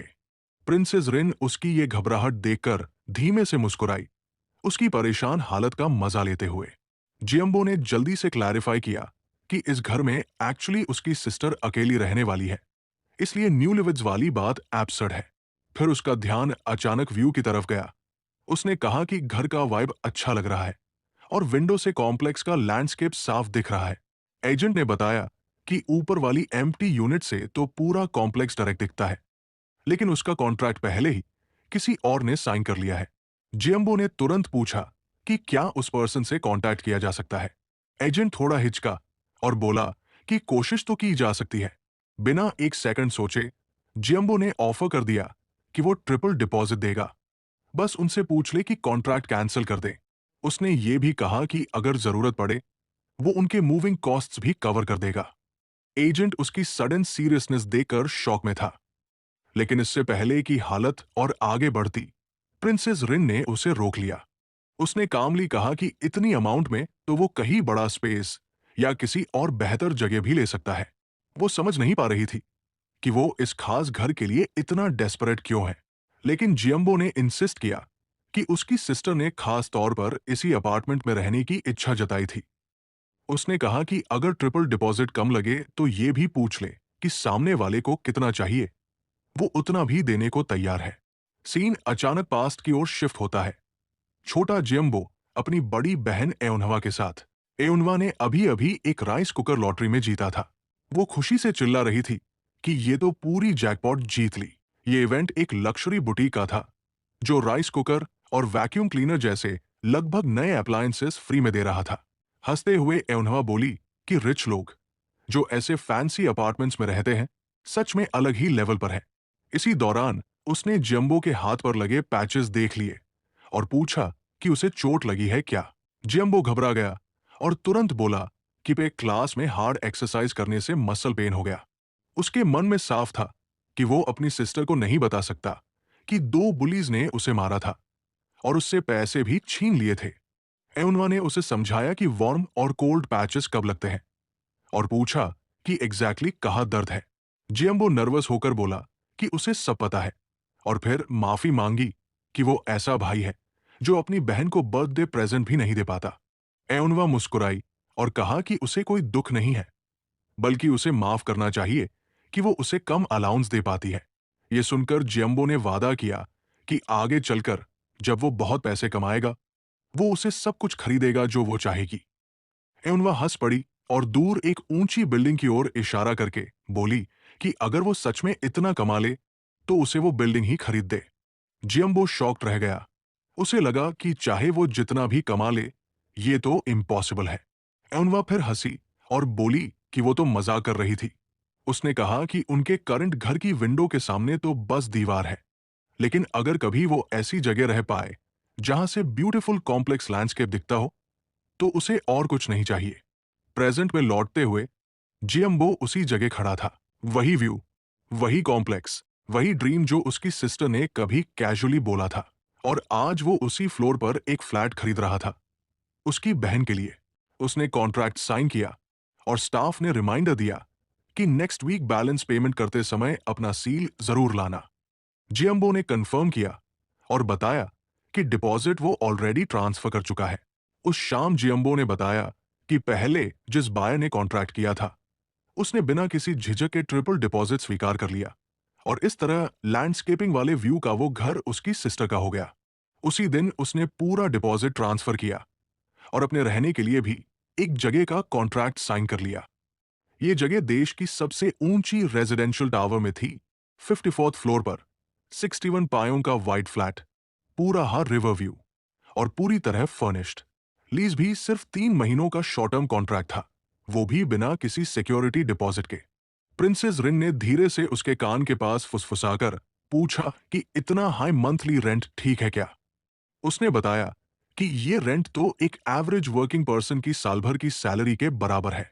उसने लाइटली सजेस्ट किया कि अगर वो थोड़ा बड़ा डिपॉजिट दे दे तो मंथली रेंट काफी कम हो जाएगा। जियम्बो ने ऑकवर्ड सी मुस्कान दी। उसके पास कहने के लिए कुछ भी नहीं था। अंदर ही अंदर उसने सोचा कि वो सच तो बिल्कुल भी नहीं बता सकता। रात को अपने लक्जरी रूम की विंडो के पास खड़े होकर जियम्बो ने खुद से धीरे धीरे बात की।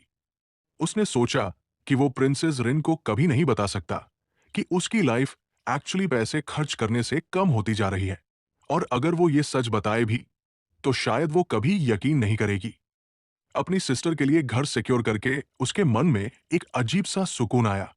उसने लॉटोजन के सिर पर हाथ फेरा और कहा कि जब तक वो क्लोजेट में हॉस्पिटल बिल्स और लिविंग एक्सपेंसेस के लिए इनफ पैसे भर नहीं देता, तब तक उसे सर्वाइव करना होगा। उसके बाद मर भी जाए तो उसे कोई रिग्रेट नहीं होगा। उसने धीरे से लॉटोचन से कहा कि तब तक उसका ख्याल रखना। उसी वक्त डोरबेल बज गई। उसने तो कोई डिलीवरी ऑर्डर नहीं की थी। उसने सोचा कि शायद मैनेजमेंट ऑफिस का कोई स्टाफ होगा, लेकिन जैसे ही उसने डोर कैमरा चेक किया, वो वहीं जम गया। उसके दरवाजे के बाहर प्रिंसेस जुरीन चैन खड़ी थी। उसकी आंखें शौक में चौड़ी हो गई। उसे समझ ही नहीं आया कि वो यहां तक पहुंची कैसे। प्रिंसेस जुरीन चैन कमरे में अंदर चली आई। उसके चेहरे पर शांति थी, लेकिन उसकी आंखों में एक अजीब सी डिटर्मिनेशन दिख रही थी। बिना किसी हेजिटेशन के उसने कहा कि वो उसके साथ रहना चाहती है। जियम्बो वही के वही जम गया। उसका दिमाग घूमने लगा। वो हकलाते हुए पूछ बैठा कि वो उसके साथ क्यों रहना चाहती है, कैसी जरूरत है, और ये सब कैसे पॉसिबल है। प्रिंसेस जुरीन हल्का सा हंसी। उसका टोन कैजुअल था, लेकिन थोड़ा शर्माया हुआ भी। उसने बताया कि उसे उसके स्टूडियो अपार्टमेंट से निकाल दिया गया है। रेंट लेट होने की वजह से उसका पूरा डिपॉजिट भी चला गया। अब वो पूरी तरह ब्रोक थी और उसके पास रहने की कोई जगह नहीं बची थी। जियम्बो आंखें फाड़कर उसे देखता रह गया। उसे यकीन नहीं हो रहा था। उसके मन में चिल्लाहट थी। प्रिंसेस चैन तो कभी ऐसी लगती ही नहीं थी। वो हमेशा ग्लैमरस दिखती थी। सोशल मीडिया पर स्टार्स के साथ देखना, foreign trips, luxury hotel staycations, omakase dinners. वो तो रिच लगती थी, बिना किसी टेंशन के। लेकिन प्रिंसेस जुरीन ने काम होकर सब साफ कर दिया। उसने बताया कि ये सब उसकी खुद की कमाई से नहीं था। ये सब स्पॉन्सरशिप था।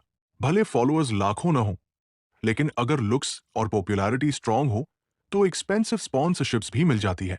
लेकिन स्पॉन्सरशिप्स पैसे नहीं होती, देयर जस्ट डील्स। शो तो बहुत होता है, लेकिन अंदर से कुछ नहीं। ये वेल्थ का बस इल्यूजन है। रियलिटी में एक्चुअल कैश फ्लो जीरो होता है। मतलब बाहर से सब परफेक्ट, अंदर से एम्प्टी। इतना कहकर प्रिंसेस जुरीन ने धीरे से अपना हाथ जियम्बो के कंधे पर रख दिया। अचानक इतनी नजदीकी से जियम्बो का पूरा शरीर जम गया। उसका दिमाग अनकंट्रोलेबल थॉट्स से भर गया। उसके दिमाग में जैसे सपना चमका, प्रिंसेस चैन उसके साथ रहेगी। वो खुद को शांत करने की कोशिश करता रहा, खुद से कहता रहा कि लॉजिकली सोचो। लेकिन इमेजिनेशन ने उसे धोखा दे दिया।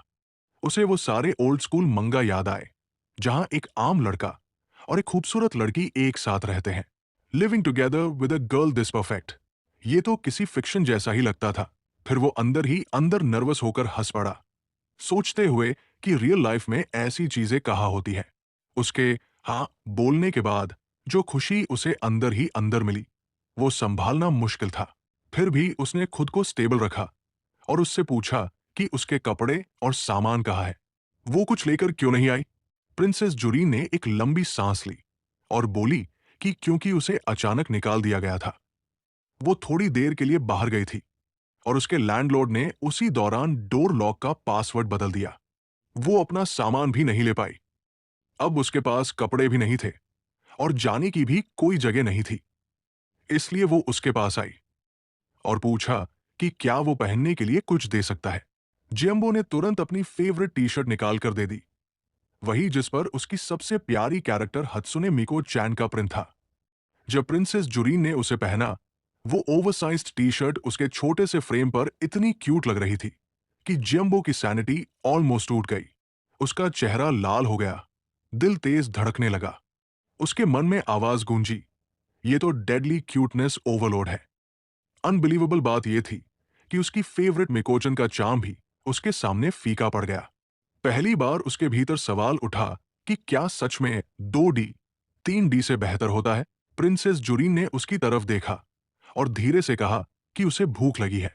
उसने सुझाव दिया कि वे किचन में कुछ बना ले और उसे भी साथ आने को कहा। जियम्बो अभी भी पूरे हादसे से स्टन था, लेकिन उसके पीछे पीछे किचन तक चला गया। प्रिंसेस जुरीन को उसके घर में कंफर्टेबल होकर खाना बनाते हुए देखना, ये उसके लिए बिल्कुल नया एहसास था। जैसे जैसे वो खाना प्रिपेयर कर रही थी, जियम्बो बगल में खड़ा उसे टकटकी लगाकर देखता रहा। उसका मन लगातार एक ही बात दोहराता रहा, ये कैसे पॉसिबल है कि प्रिंसेस चैन उसके घर में उसकी टी शर्ट पहनकर उसके सामने खाना बना रही है। ये सीन किसी सपने जैसा था, बिल्कुल newlywed vibes, warm, peaceful, soft, almost unreal. ये वही लाइफ थी जो उसने दिल में कहीं ना कहीं हमेशा इमेजिन की थी। कुछ देर बाद जुरीन ने उसे पुकारा, बताया कि खाना तैयार है। उसकी आवाज ने जियम्बो को ड्रीम मोड से बाहर खींच लिया। उसने तुरंत जवाब दिया और डाइनिंग टेबल की तरफ भागा। बैठते ही वो पूछने लगी कि रामेन ठीक है। उसने कहा कि फ्रिज में इंग्रेडिएंट्स बहुत कम बचे थे। जियम्बो ने माफी मांगी और एडमिट किया कि वो ज्यादातर डिलीवरी फूड ऑर्डर करता है। उसने बॉल की तरफ देखा जो जुरीन ने उसके सामने रखी थी। नूडल्स सूप में पूरी तरह डूबे पड़े थे। उसके दिमाग में अलार्म बजने लगा, ये रामेन है। नूडल्स तो ऐसे लग रहे थे जैसे डूबकर बचाव की गुहार लगा रहे हों। उसने सोचा कि जिस ब्रांड का वो यूजुअली रामेन खाता है, ग्रैंडमा ब्रांड, हाँ रिवर रामेन, ये तो बिल्कुल वैसा भी नहीं लग रहा। प्रिंसेस जूरिन थोड़ा शर्मिंदा सा मुस्कुराई और मान लिया कि उसने पानी ज्यादा डाल दिया था। उसने कहा कि उसे रामेन का पानी एडजस्ट करना आता ही नहीं और मजाक में बोली कि इस तरह तो उसे थैलेसोफोबिया ही हो जाएगी। उसे खुद को धीरे से ब्लेम करते सुनकर ग्यूम्बो घबरा गया। उसे लगा कि वो बिना वजह खुद को कोस रही है और उसने तुरंत सिचुएशन को ठीक करने की कोशिश की। वो जल्दी से बोल पड़ा कि बहुत साल्टी खाना हेल्थ के लिए अच्छा नहीं होता और ये रामेन तो लेट नाइट स्नैक के लिए परफेक्ट है। उसने मुस्कुराकर उसे थैंक यू कहा और बताया कि वो इसे अच्छे से खा लेगा। जैसे ही उसने ये कहा, उसने देखा कि प्रिंसेस जूरिन उसके वर्ड्स सुनकर हल्की, गर्म सी स्माइल दे रही थी। उस स्माइल ने उसके दिल में एक अजीब सी फ्लटर पैदा कर दी। गियोम्बो ने मन ही मन सोचा कि शायद मरने से ठीक पहले वो अपनी पूरी जिंदगी में इसी पल को याद करेगा। कितना प्रेशियस, कितना खूबसूरत, इतना कि मौत भी जल्दी लगने लगे। प्रिंसेस जूरिन ने फिर पूछा कि रामेन ज्यादा ब्लैंड तो नहीं है, क्या वो थोड़ा और सूप बेस डाल दे?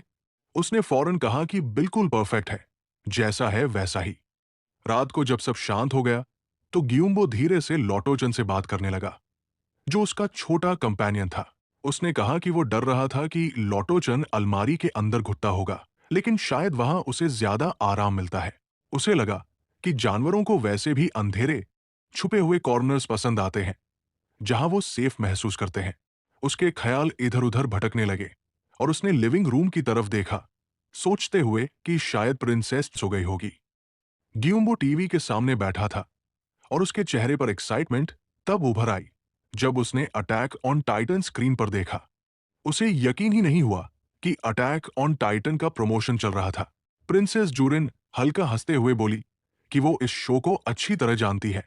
उसने इसे पहले भी देखा था और हाल ही में दोबारा देखना शुरू किया है। गियुम्बो और भी एक्साइटेड हो गया और तुरंत बोला कि हाँ बिल्कुल, वो जानता है।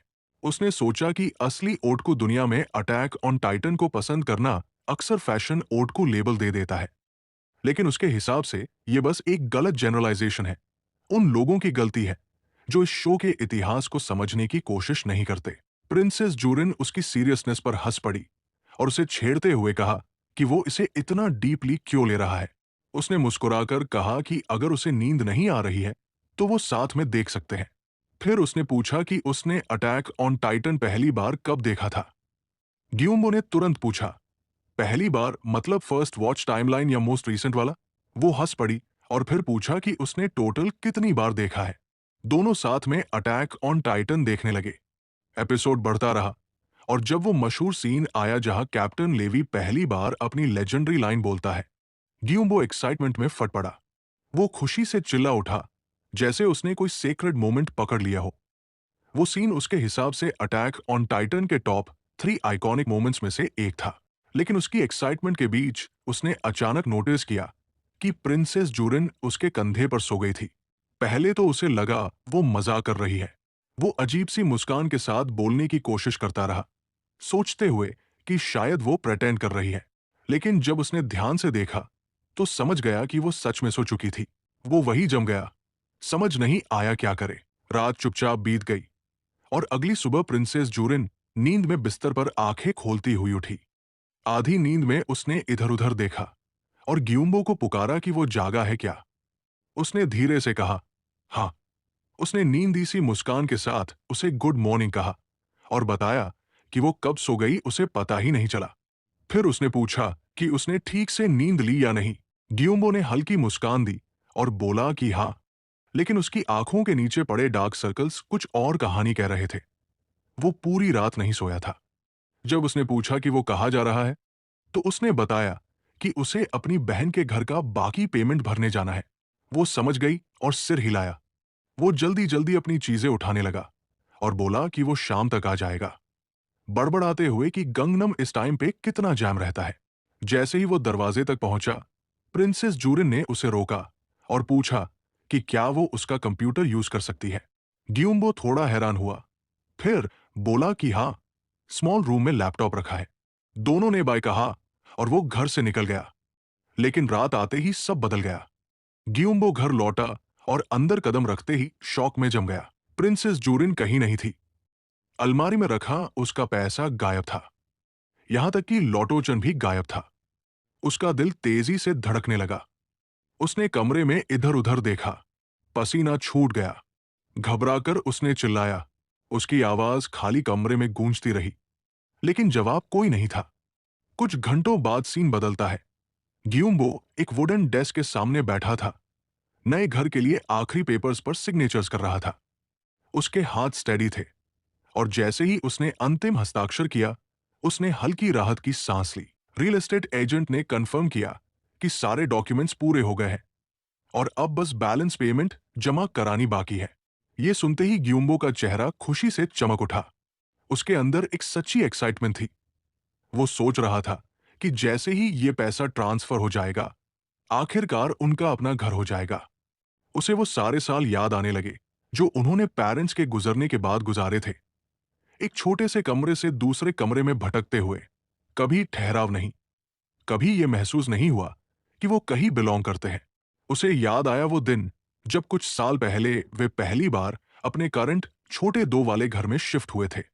उस घर की खिड़की बड़ी थी जिससे खूब धूप आती थी। उसकी बहन ने कहा था कि वो कमरा ग्यूम्बो का होगा, लेकिन उसने उस वक्त माना ही नहीं। पहली बार उन्हें अलग अलग रूम्स मिले थे, जैसे जिंदगी में कोई नई शुरुआत। उसे याद आया कैसे दोनों एक दूसरे को बेटर रूम लेने को कहते रहे थे। आखिर में उसने खुद को एक कमरे में बंद कर लिया था, जिद में, और उसकी बहन दरवाजा खोलने की कोशिश करते हुए एक छोटी सी प्यारी सी नोकझोंक झगड़े में बदल गई थी। ये याद उसे हल्के से मुस्कुराने पर मजबूर कर देती है। ठीक उसी वक्त जब वो आखिरी पेज पर साइन कर रहा था, अब चीजें बदल गई थी। नया घर 3 रूम्स का था, 2 बाथरूम्स के साथ। वो सिर्फ उसकी बहन का न्यूलीवड होम नहीं रहा था, वो एक ऐसी जगह थी जिसमें दोनों आराम से रह सकते थे और फ्यूचर में उसकी बहन के बच्चे होने पर भी जगह कम नहीं पड़ेगी। पहली बार उन्हें अपनी जिंदगी को एक छोटी सी जगह में समेटना नहीं पड़ेगा। उसे ये भी ख्याल आया कि जब वो कभी इस दुनिया से चला जाएगा, तब भी वो चाहता है कि उसकी बहन खुशी से जिए। इस सोच के साथ उसने ट्रांसफर पूरा किया और बैलेंस भेज दिया। उसकी आवाज एक्साइटमेंट से भरी हुई थी जब उसने कहा कि पैसे भेज दिए हैं। एजेंट ने पेमेंट चेक की और कंफर्म किया कि मनी रिसीव हो चुकी है। अब लॉयर रजिस्ट्रेशन प्रोसेस पूरा करेगा। सारे जरूरी डॉक्यूमेंट्स लॉयर के पास भेज दिए जाएंगे। लेकिन तभी राहत की उस लहर को एक अनएक्सपेक्टेड कॉल ने रोक दिया। उसके फोन पर उसकी बहन के हॉस्पिटल का नंबर चमक रहा था। वो हैरान हो गया। हॉस्पिटल उसे क्यों कॉल कर रहा था? बेचैनी इंस्टेंटली उसके दिल में उतर गई और वो तुरंत वहां भागा। हॉस्पिटल पहुंचते ही उसकी दुनिया जैसे उलट गई। उसकी बहन की हालत अचानक बहुत बिगड़ चुकी थी। गियुम्बो घबराकर उसकी तरफ भागा। समझ ही नहीं पाया कि ओवरनाइट क्या हो गया। कल तक तो वो ठीक लग रही थी, लेकिन अब वो बेहद कमजोर और पीली दिख रही थी। उसने डॉक्टर की तरफ मदद की नजरों से देखा। डॉक्टर ने बताया कि शायद उसने सुबह ऐप पर उसकी ब्लड टेस्ट रिपोर्ट्स देख ली होंगी। उसकी न्यूट्रोफिल काउंट बहुत कम हो गई थी और उसे तेज बुखार हो गया था। उन्हें एक्स्ट्रा दवा देनी पड़ रही थी, लेकिन वो नॉन कवर्ड मेडिसिन थी जिसके लिए गार्डियन कंसेंट जरूरी था। ये सुनते ही गियुम्बो के अंदर सब कुछ जैसे बिखर गया। डॉक्टर की बात, न्यूट्रोफिल काउंट कम हो गई है, उसके दिमाग में गूंजती रही। वो बार बार यही सोचता रहा और तभी उसके दिमाग में एक बेहद डरावनी याद कौंध गई। वो मिस्टीरियस आदमी जिसने उसे लॉटो चांस के बारे में बताया था। वो चेतावनी आज भी साफ सुनाई दे रही थी। जो पैसा मिस्टर चोन गियुम्बो वॉलेट बीस्ट से निकालेंगे, उससे जुड़ी कोई चीज कम हो जाएगी। जैसे ही वो शब्द उसके दिमाग में गूंजे, गुम्बो की आंखें डर से चौड़ी हो गई। अस्पताल के बेड पर पड़ी अपनी कमजोर, कांपती और पीली पड़ी बहन को देखते ही सच्चाई उसे चाकू की तरह चीर गई। उससे जुड़ी हुई चीज, इसका मतलब उसकी एकमात्र खून की रिश्तेदार उसकी बहन थी। उसे सहम कर एहसास हुआ कि अब तक जब जब उसने पैसे लिए थे, वो अनजाने में अपनी ही बहन की जिंदगी को कम कर रहा था। उसकी किस्मत और उसकी बहन की तकलीफ के बीच का रिश्ता अब बेरमी से साफ हो चुका था। अविश्वास में खड़े गुम्बो का पूरा शरीर कांप रहा था। उसकी बहन की हालत बेहद बिगड़ चुकी थी। उसकी सेहत तेजी से गिर रही थी। वो अपने अंदर उमड़ते हुए दर्द को अब रोक नहीं सका। उसकी आंखों से आंसू फूट पड़े और वो टूटकर उसके बेड के पास ही बैठकर बेकाबू होकर रोने लगा। गिल्ट, डर और उस डरावनी सच्चाई के बोझ से पूरी तरह दबा हुआ। फिर अचानक एक हताश कोशिश में गुम्बो अपने नए घर की तरफ भागने लगा। आसमान काला हो चुका था और तेज बारिश पूरे जोर से गिर रही थी, उसे सिर से पांव तक भिगोती हुई। वो सड़क पर दौड़ते हुए हाफ रहा था। पानी के गड्ढों में पैर पड़ते ही छपाक की आवाज निकलती। लोग उससे टकरा जाते पर उसे किसी चीज की फिक्र नहीं थी। उसके दिमाग में बस एक ही बात घूम रही थी, सब ठीक हो जाएगा। अभी भी सब ठीक हो सकता है। उसका सीना तेजी से उठ गिर रहा था और ये शब्द उसके दिमाग में मंत्र की तरह गूंज रहे थे। अगर वो लिए हुए पैसे वापस लॉटोचन में डाल दे तो शायद सब उलझ जाए, उसकी बहन भी ठीक हो जाए। उम्मीद की एक आखिरी किरण उसे तेज भागने पर मजबूर कर रही थी। घर पहुंचते ही उसके कपड़े और जूते पूरी तरह भीग चुके थे। पानी टपकाता हुआ वो सीधा लॉटोचन के लॉकर की तरफ भागा। लेकिन जैसे ही उसने लॉकर खोला, उसका दिल बैठ गया। अंदर से सारे पैसे और लॉटोचन दोनों गायब थे। उसके चेहरे पर आतंक साफ दिख रहा था। दिमाग में तूफान मच गया। क्या प्रिंसेस रिन ने चुरा लिया? या वही 3 केसेस में से एक जिनकी बात उस रहस्यमयी आदमी ने की थी? उसे वो बात साफ याद थी। 3 ऐसे केसेस होते हैं जब वॉलेट बीस्ट से पैसे नहीं लिए जा सकते। पहला केस तब जब मिस्टर चोन गुम्बो से जुड़ी कोई चीज लगातार कम होती जाए और आखिर में खत्म हो जाए। ठंडे मौसम के बावजूद उसके माथे से पसीना बह रहा था। अब सच्चाई उसे बिजली की तरह लगी। अपनी बहन की जिंदगी इतनी कम हो चुकी थी कि लॉटोचन खुद ही गायब हो गया। उसका सीना दहशत से भर गया। उसकी आंखों में आंसू आ गए और वो चीख पड़ा, दर्द में लॉटोचन का नाम पुकारते हुए। वो खाली घर में पागलों की तरह चिल्लाता रहा, गिड़गिड़ाता रहा, मानने को तैयार ही नहीं था। वो अपनी बहन को ऐसे मरने नहीं दे सकता था। वो फूट फूट कर रो पड़ा, किसी भी सुनने वाले से, किसी भी ताकत से विनती करते हुए। उसे अब कोई पैसा नहीं चाहिए था। उसे परवाह नहीं थी कि वो भिखारी बन जाए। उसे बस अपनी बहन की जान चाहिए थी। वो लॉटोचन से मिन्नतें कर रहा था कि पैसे वापस ले ले और सब कुछ पहले जैसा कर दे। और तभी कमरे में बीप बीप की हल्की आवाज गूंजी। उसने मुड़कर देखा। एक कोने में लॉटोचन बैठा था। गुम्बो की सांस जैसे वापस आ गई। वो उसके तरफ भागा। लॉटोचन सुरक्षित था, लेकिन उसके भाव गुस्से से भरे थे। खुशी से कांपती आवाज में गुम्बो ने भगवान का शुक्रिया किया कि वो गायब नहीं हुआ। लेकिन गौर से देखते ही उसने नोटिस किया, उसका फर फिर बदल चुका था। वो इवॉल्व हो चुका था। पहले से भी ज्यादा क्यूट लग रहा था, लेकिन ये क्यूट होने का समय नहीं था। उसने अपने चेहरे से पानी पोंछा और खुद को संभाला। उसकी बहन की हालत नाजुक थी। समय एक सेकंड भी बर्बाद करने जैसा नहीं था। उसने लॉटोचन को प्यार से उठाया और तेजी से वो सारे पैसे खिलाने लगा जो उसने पहले निकाले थे। लॉटोचन खाने लगा। उसके शरीर में हल्की रोशनी सी धड़कने लगी जैसे जैसे नोट गायब होते गए। गुम्बो के चेहरे पर थोड़ी राहत दिखी। ये काम कर रहा था। लॉटोचन ठीक से खा रहा था। उसने सोचा, वो पैसे जो उसने बहन के लिए घर खरीदने में निकाले थे, वो तो अभी भी उसके पास थे। क्लोजेट में जो बाकी पैसे रखे थे, शायद प्रिंसेस रिन ले गई। पर कोई बात नहीं। अगर लॉटोचन ये सारे पैसे खा जाए तो उसकी बहन की हालत में जरूर सुधार आएगा। उसके सीने में उम्मीद की आखिरी लौ तेजी से जल उठी। लेकिन कुछ ही देर में लॉटोचन का छोटा शरीर फूलने लगा। उसका पेट पूरी तरह भर चुका था।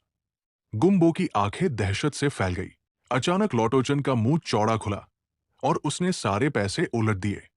गीले नोट तेजी से कमरे में बिखर गए। गुम्बो चीख पड़ा। आंसुओं में डूबकर उसने सिर हिलाया। यकीन ही नहीं हो रहा था।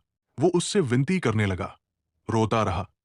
अपनी बहन को बचाने के लिए बार बार टूटे हुए दिल से लॉटोचन से गुहार लगाता रहा। अगली सुबह पूरी रात जाकर थकाहारा और पीला पड़ा गुम्बो अस्पताल पहुंचा, बस ये जानने की उसकी बहन की हालत कैसी है। डॉक्टर ने कहा कि उसकी हालत पहले से थोड़ी बेहतर है। गुम्बो की आंखें सदमे और खुशी से चौड़ी हो गई। उसकी आवाज भावनाओं से कांप उठी। ये सच था। डॉक्टर ने बताया कि उसकी बहन का न्यूट्रोफिल काउंट काफी स्टेबलाइज हो चुका है और वे कीमोथेरेपी का अगला राउंड तय समय पर कर सकते हैं। राहत से भरकर गुम्बो के कदम लड़खड़ा गए और वो डॉक्टर के सामने ही रोने लगा। आंसू उसके गालों पर बहते जा रहे थे और वो बार बार डॉक्टर को थैंक यू कह रहा था। हकलाते हुए बता रहा था कि उसे सच में लगा था कि उसकी बहन उसी की वजह से मर जाएगी। उसके दिल में जमा हुआ गिल्ट उसके शब्दों के साथ जैसे टूटकर बाहर गिर रहा था। वो खुद को रोक नहीं पा रहा था। डॉक्टर ने उसके कंधे पर हाथ रखा और नरमी से कहा कि कीमोथेरेपी कोई स्प्रिंट नहीं, बल्कि मैराथन होती है। इलाज के दौरान कई बार न्यूट्रोफिल काउंट गिरता है, फिर बढ़ता है। अगर वो हर बार इतना ज्यादा दुखी या खुश होता रहेगा, तो ये उसके दिल पर बहुत भारी पड़ेगा। डॉक्टर ने कहा कि उसकी बहन ये दर्द हिम्मत से झेल रही है और इस समय उसे गुम्बो की मजबूती की जरूरत है। गुम्बो ने अपने आंसू पोंछे और हल्की मुस्कान देते हुए वादा किया कि वो मजबूत रहेगा। डॉक्टर के कमरे से निकलकर जैसे ही वो लिफ्ट में घुसा, उसे पता चला कि अंदर भीड़ बहुत थी। उतने में एक छोटी बच्ची, एक कैंसर पेशेंट, अपनी मां के साथ लिफ्ट में चढ़ने की कोशिश कर रही थी। दरवाजे हर बार बंद हो जा रहे थे और मां थकावट से सांस छोड़ते हुए बोली कि आज फिर भीड़ है, चलो अगली लिफ्ट का इंतजार करते हैं। लेकिन छोटी लड़की हद सुने, बोली कि कोई बात नहीं, उसे तो बस अपनी मां के थके पैरों की चिंता थी। उन्हें यूं जूझते देख गुम्बो चुपचाप लिफ्ट से बाहर निकल आया और इशारे से उन्हें अपनी जगह दे दी। मां ने दिल से उसका शुक्रिया अदा किया और दोनों लिफ्ट में चढ़ गई। गुम्बो बाहर खड़ा उन्हें जाते हुए देखता रहा, फिर थकान के बावजूद धीरे धीरे सीढ़ियों की तरफ बढ़ गया, एक शांत भारी संकल्प के साथ चढ़ता हुआ। सीढ़ियां चढ़ते हुए उसे वो पल याद आया जब लॉटोचन ने सारे पैसे वापस उलट दिए थे। तब उसे लगा था कि उसकी दुनिया खत्म हो गई। उसे लगा था कि उसने अपनी ही बहन को अपनी गलती से मार दिया है और उस पल वो खुद भी जीना नहीं चाहता था। लेकिन अब शुक्र है, जो चीज वॉलेट बीस्ट पैसे लेते समय घटती थी, वो उसकी बहन की जिंदगी नहीं थी। मतलब उसकी बहन सुरक्षित थी, लेकिन ये सोच उसे काटने लगी। अगर उसकी बहन नहीं, तो फिर क्या घट रहा था? उसने झटके से उस ख्याल को दिमाग से बाहर धकेल दिया। इसका कोई मतलब नहीं था। जब तक बात उसकी बहन की नहीं थी, कुछ भी और मायने नहीं रखता था। ये उसका फैसला था और उसने सिर्फ अपनी बहन के लिए ये चुना था। बाकी सब भूल जाना चाहिए। बस एक ही बात दिमाग में रहे, उसे अपनी बहन को बचाना है।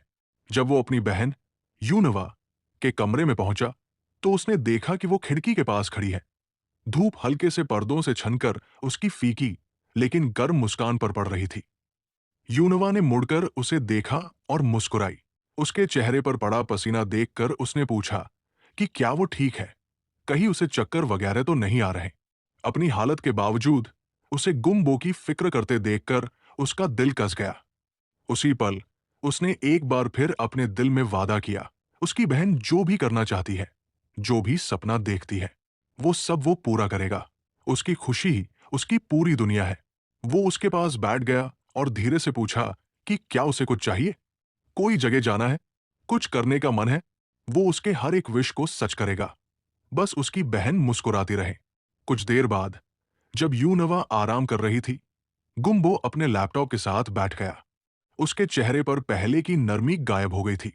एक और मसला था जिसे अब सुलझाना ही था। उसकी आंखें काली पड़ गई जैसे ही उसने सर्च शुरू किया। अभी एक और हिस्सा बाकी था, प्रिंसेस रिन। उसका डिटर्मिनेशन सख्त हो गया। अपने मन में उसने धीरे से कहा, इंतजार करो। सीन धीरे धीरे एक शांत से हॉस्पिटल माहौल में बदल गया, जहां जियम्बो अपनी बड़ी बहन एओन्हवा के साथ धीमे कदमों से चल रहा था। उसके चेहरे पर घबराहट साफ दिखाई दे रही थी।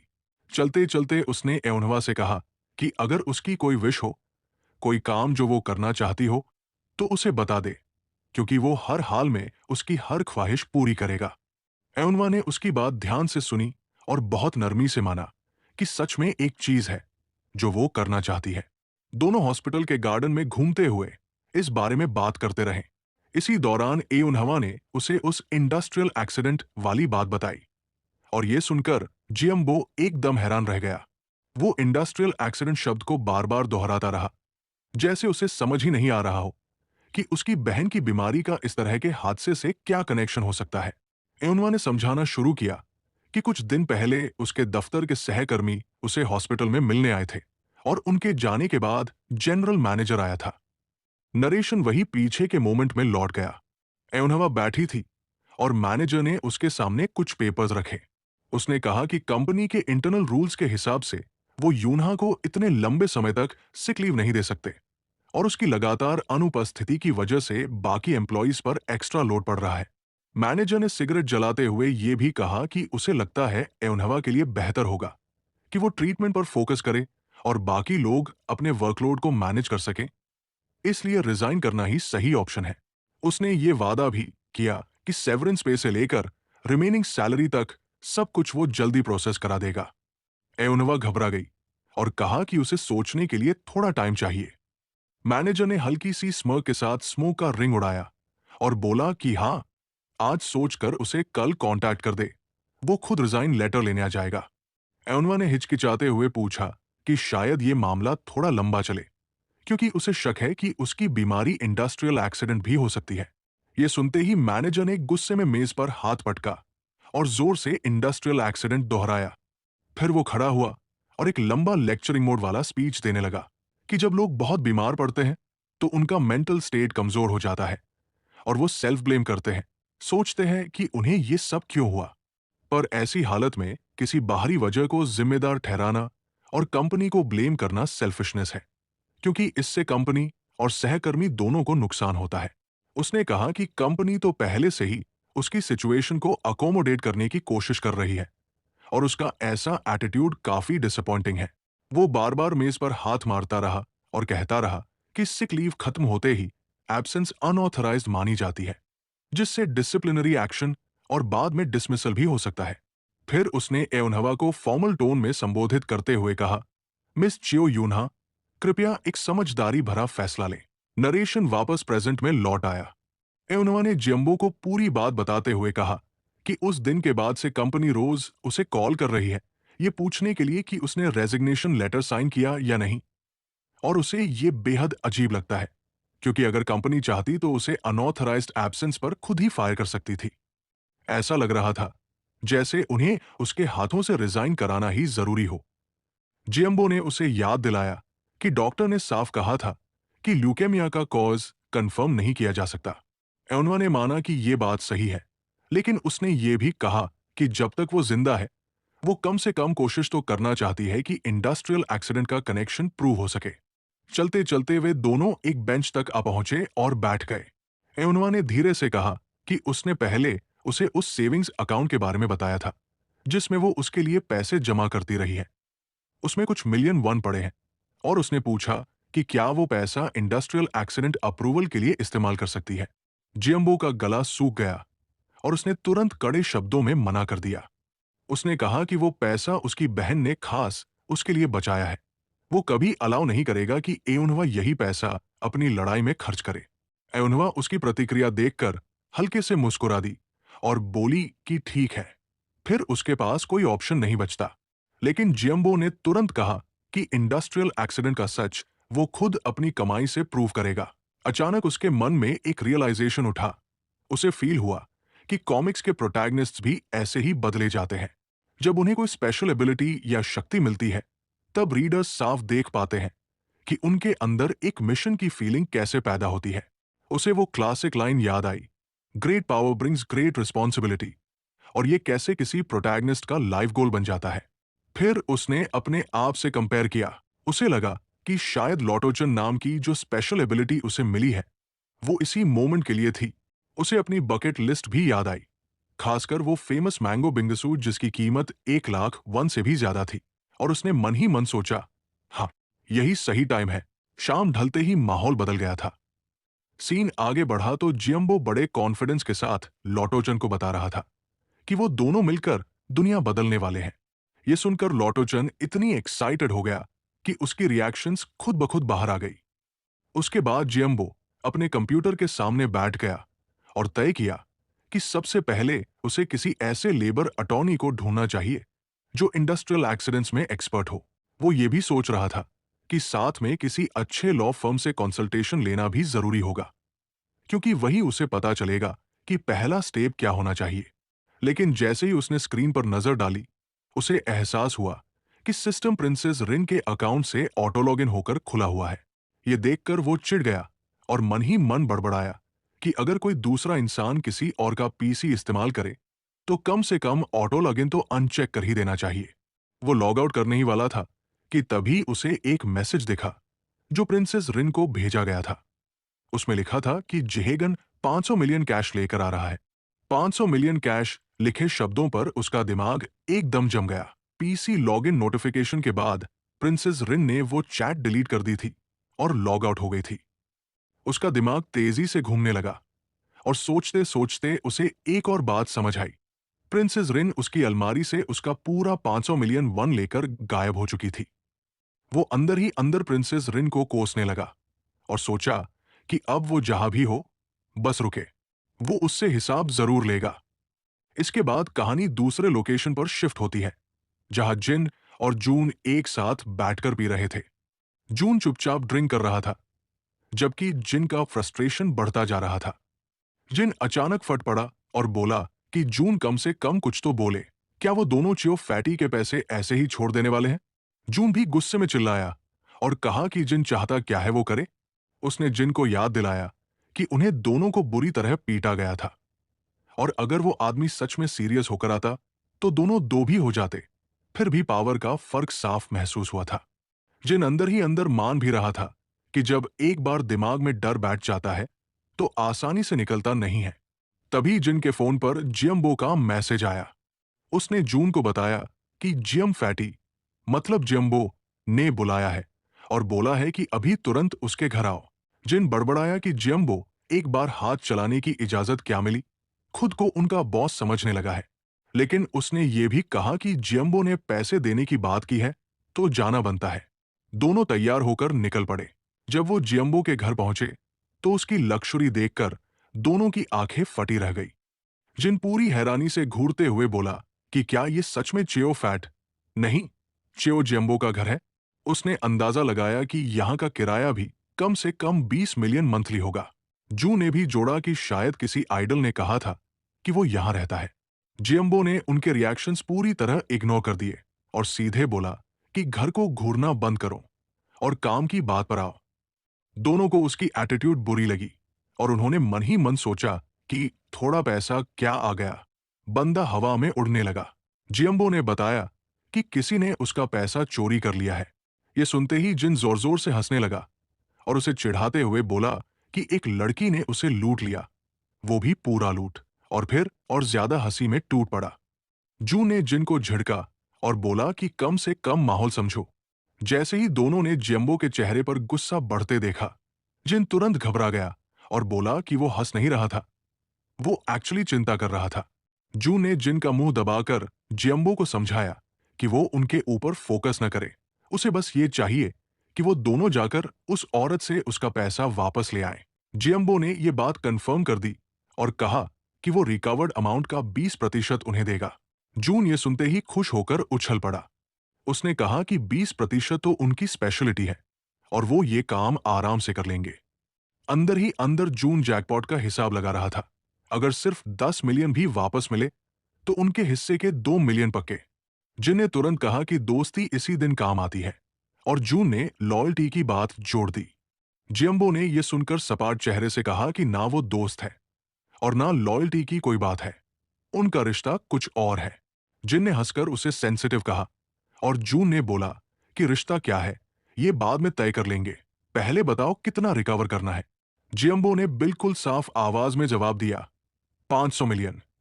ये सुनते ही जिन और जून दोनों के पैर जवाब दे गए और वो शौक में फर्श पर बैठ गए। उन्होंने तुरंत घोषणा कर दी कि जियम्बो उनका दोस्त नहीं है, वो उनका बॉस है।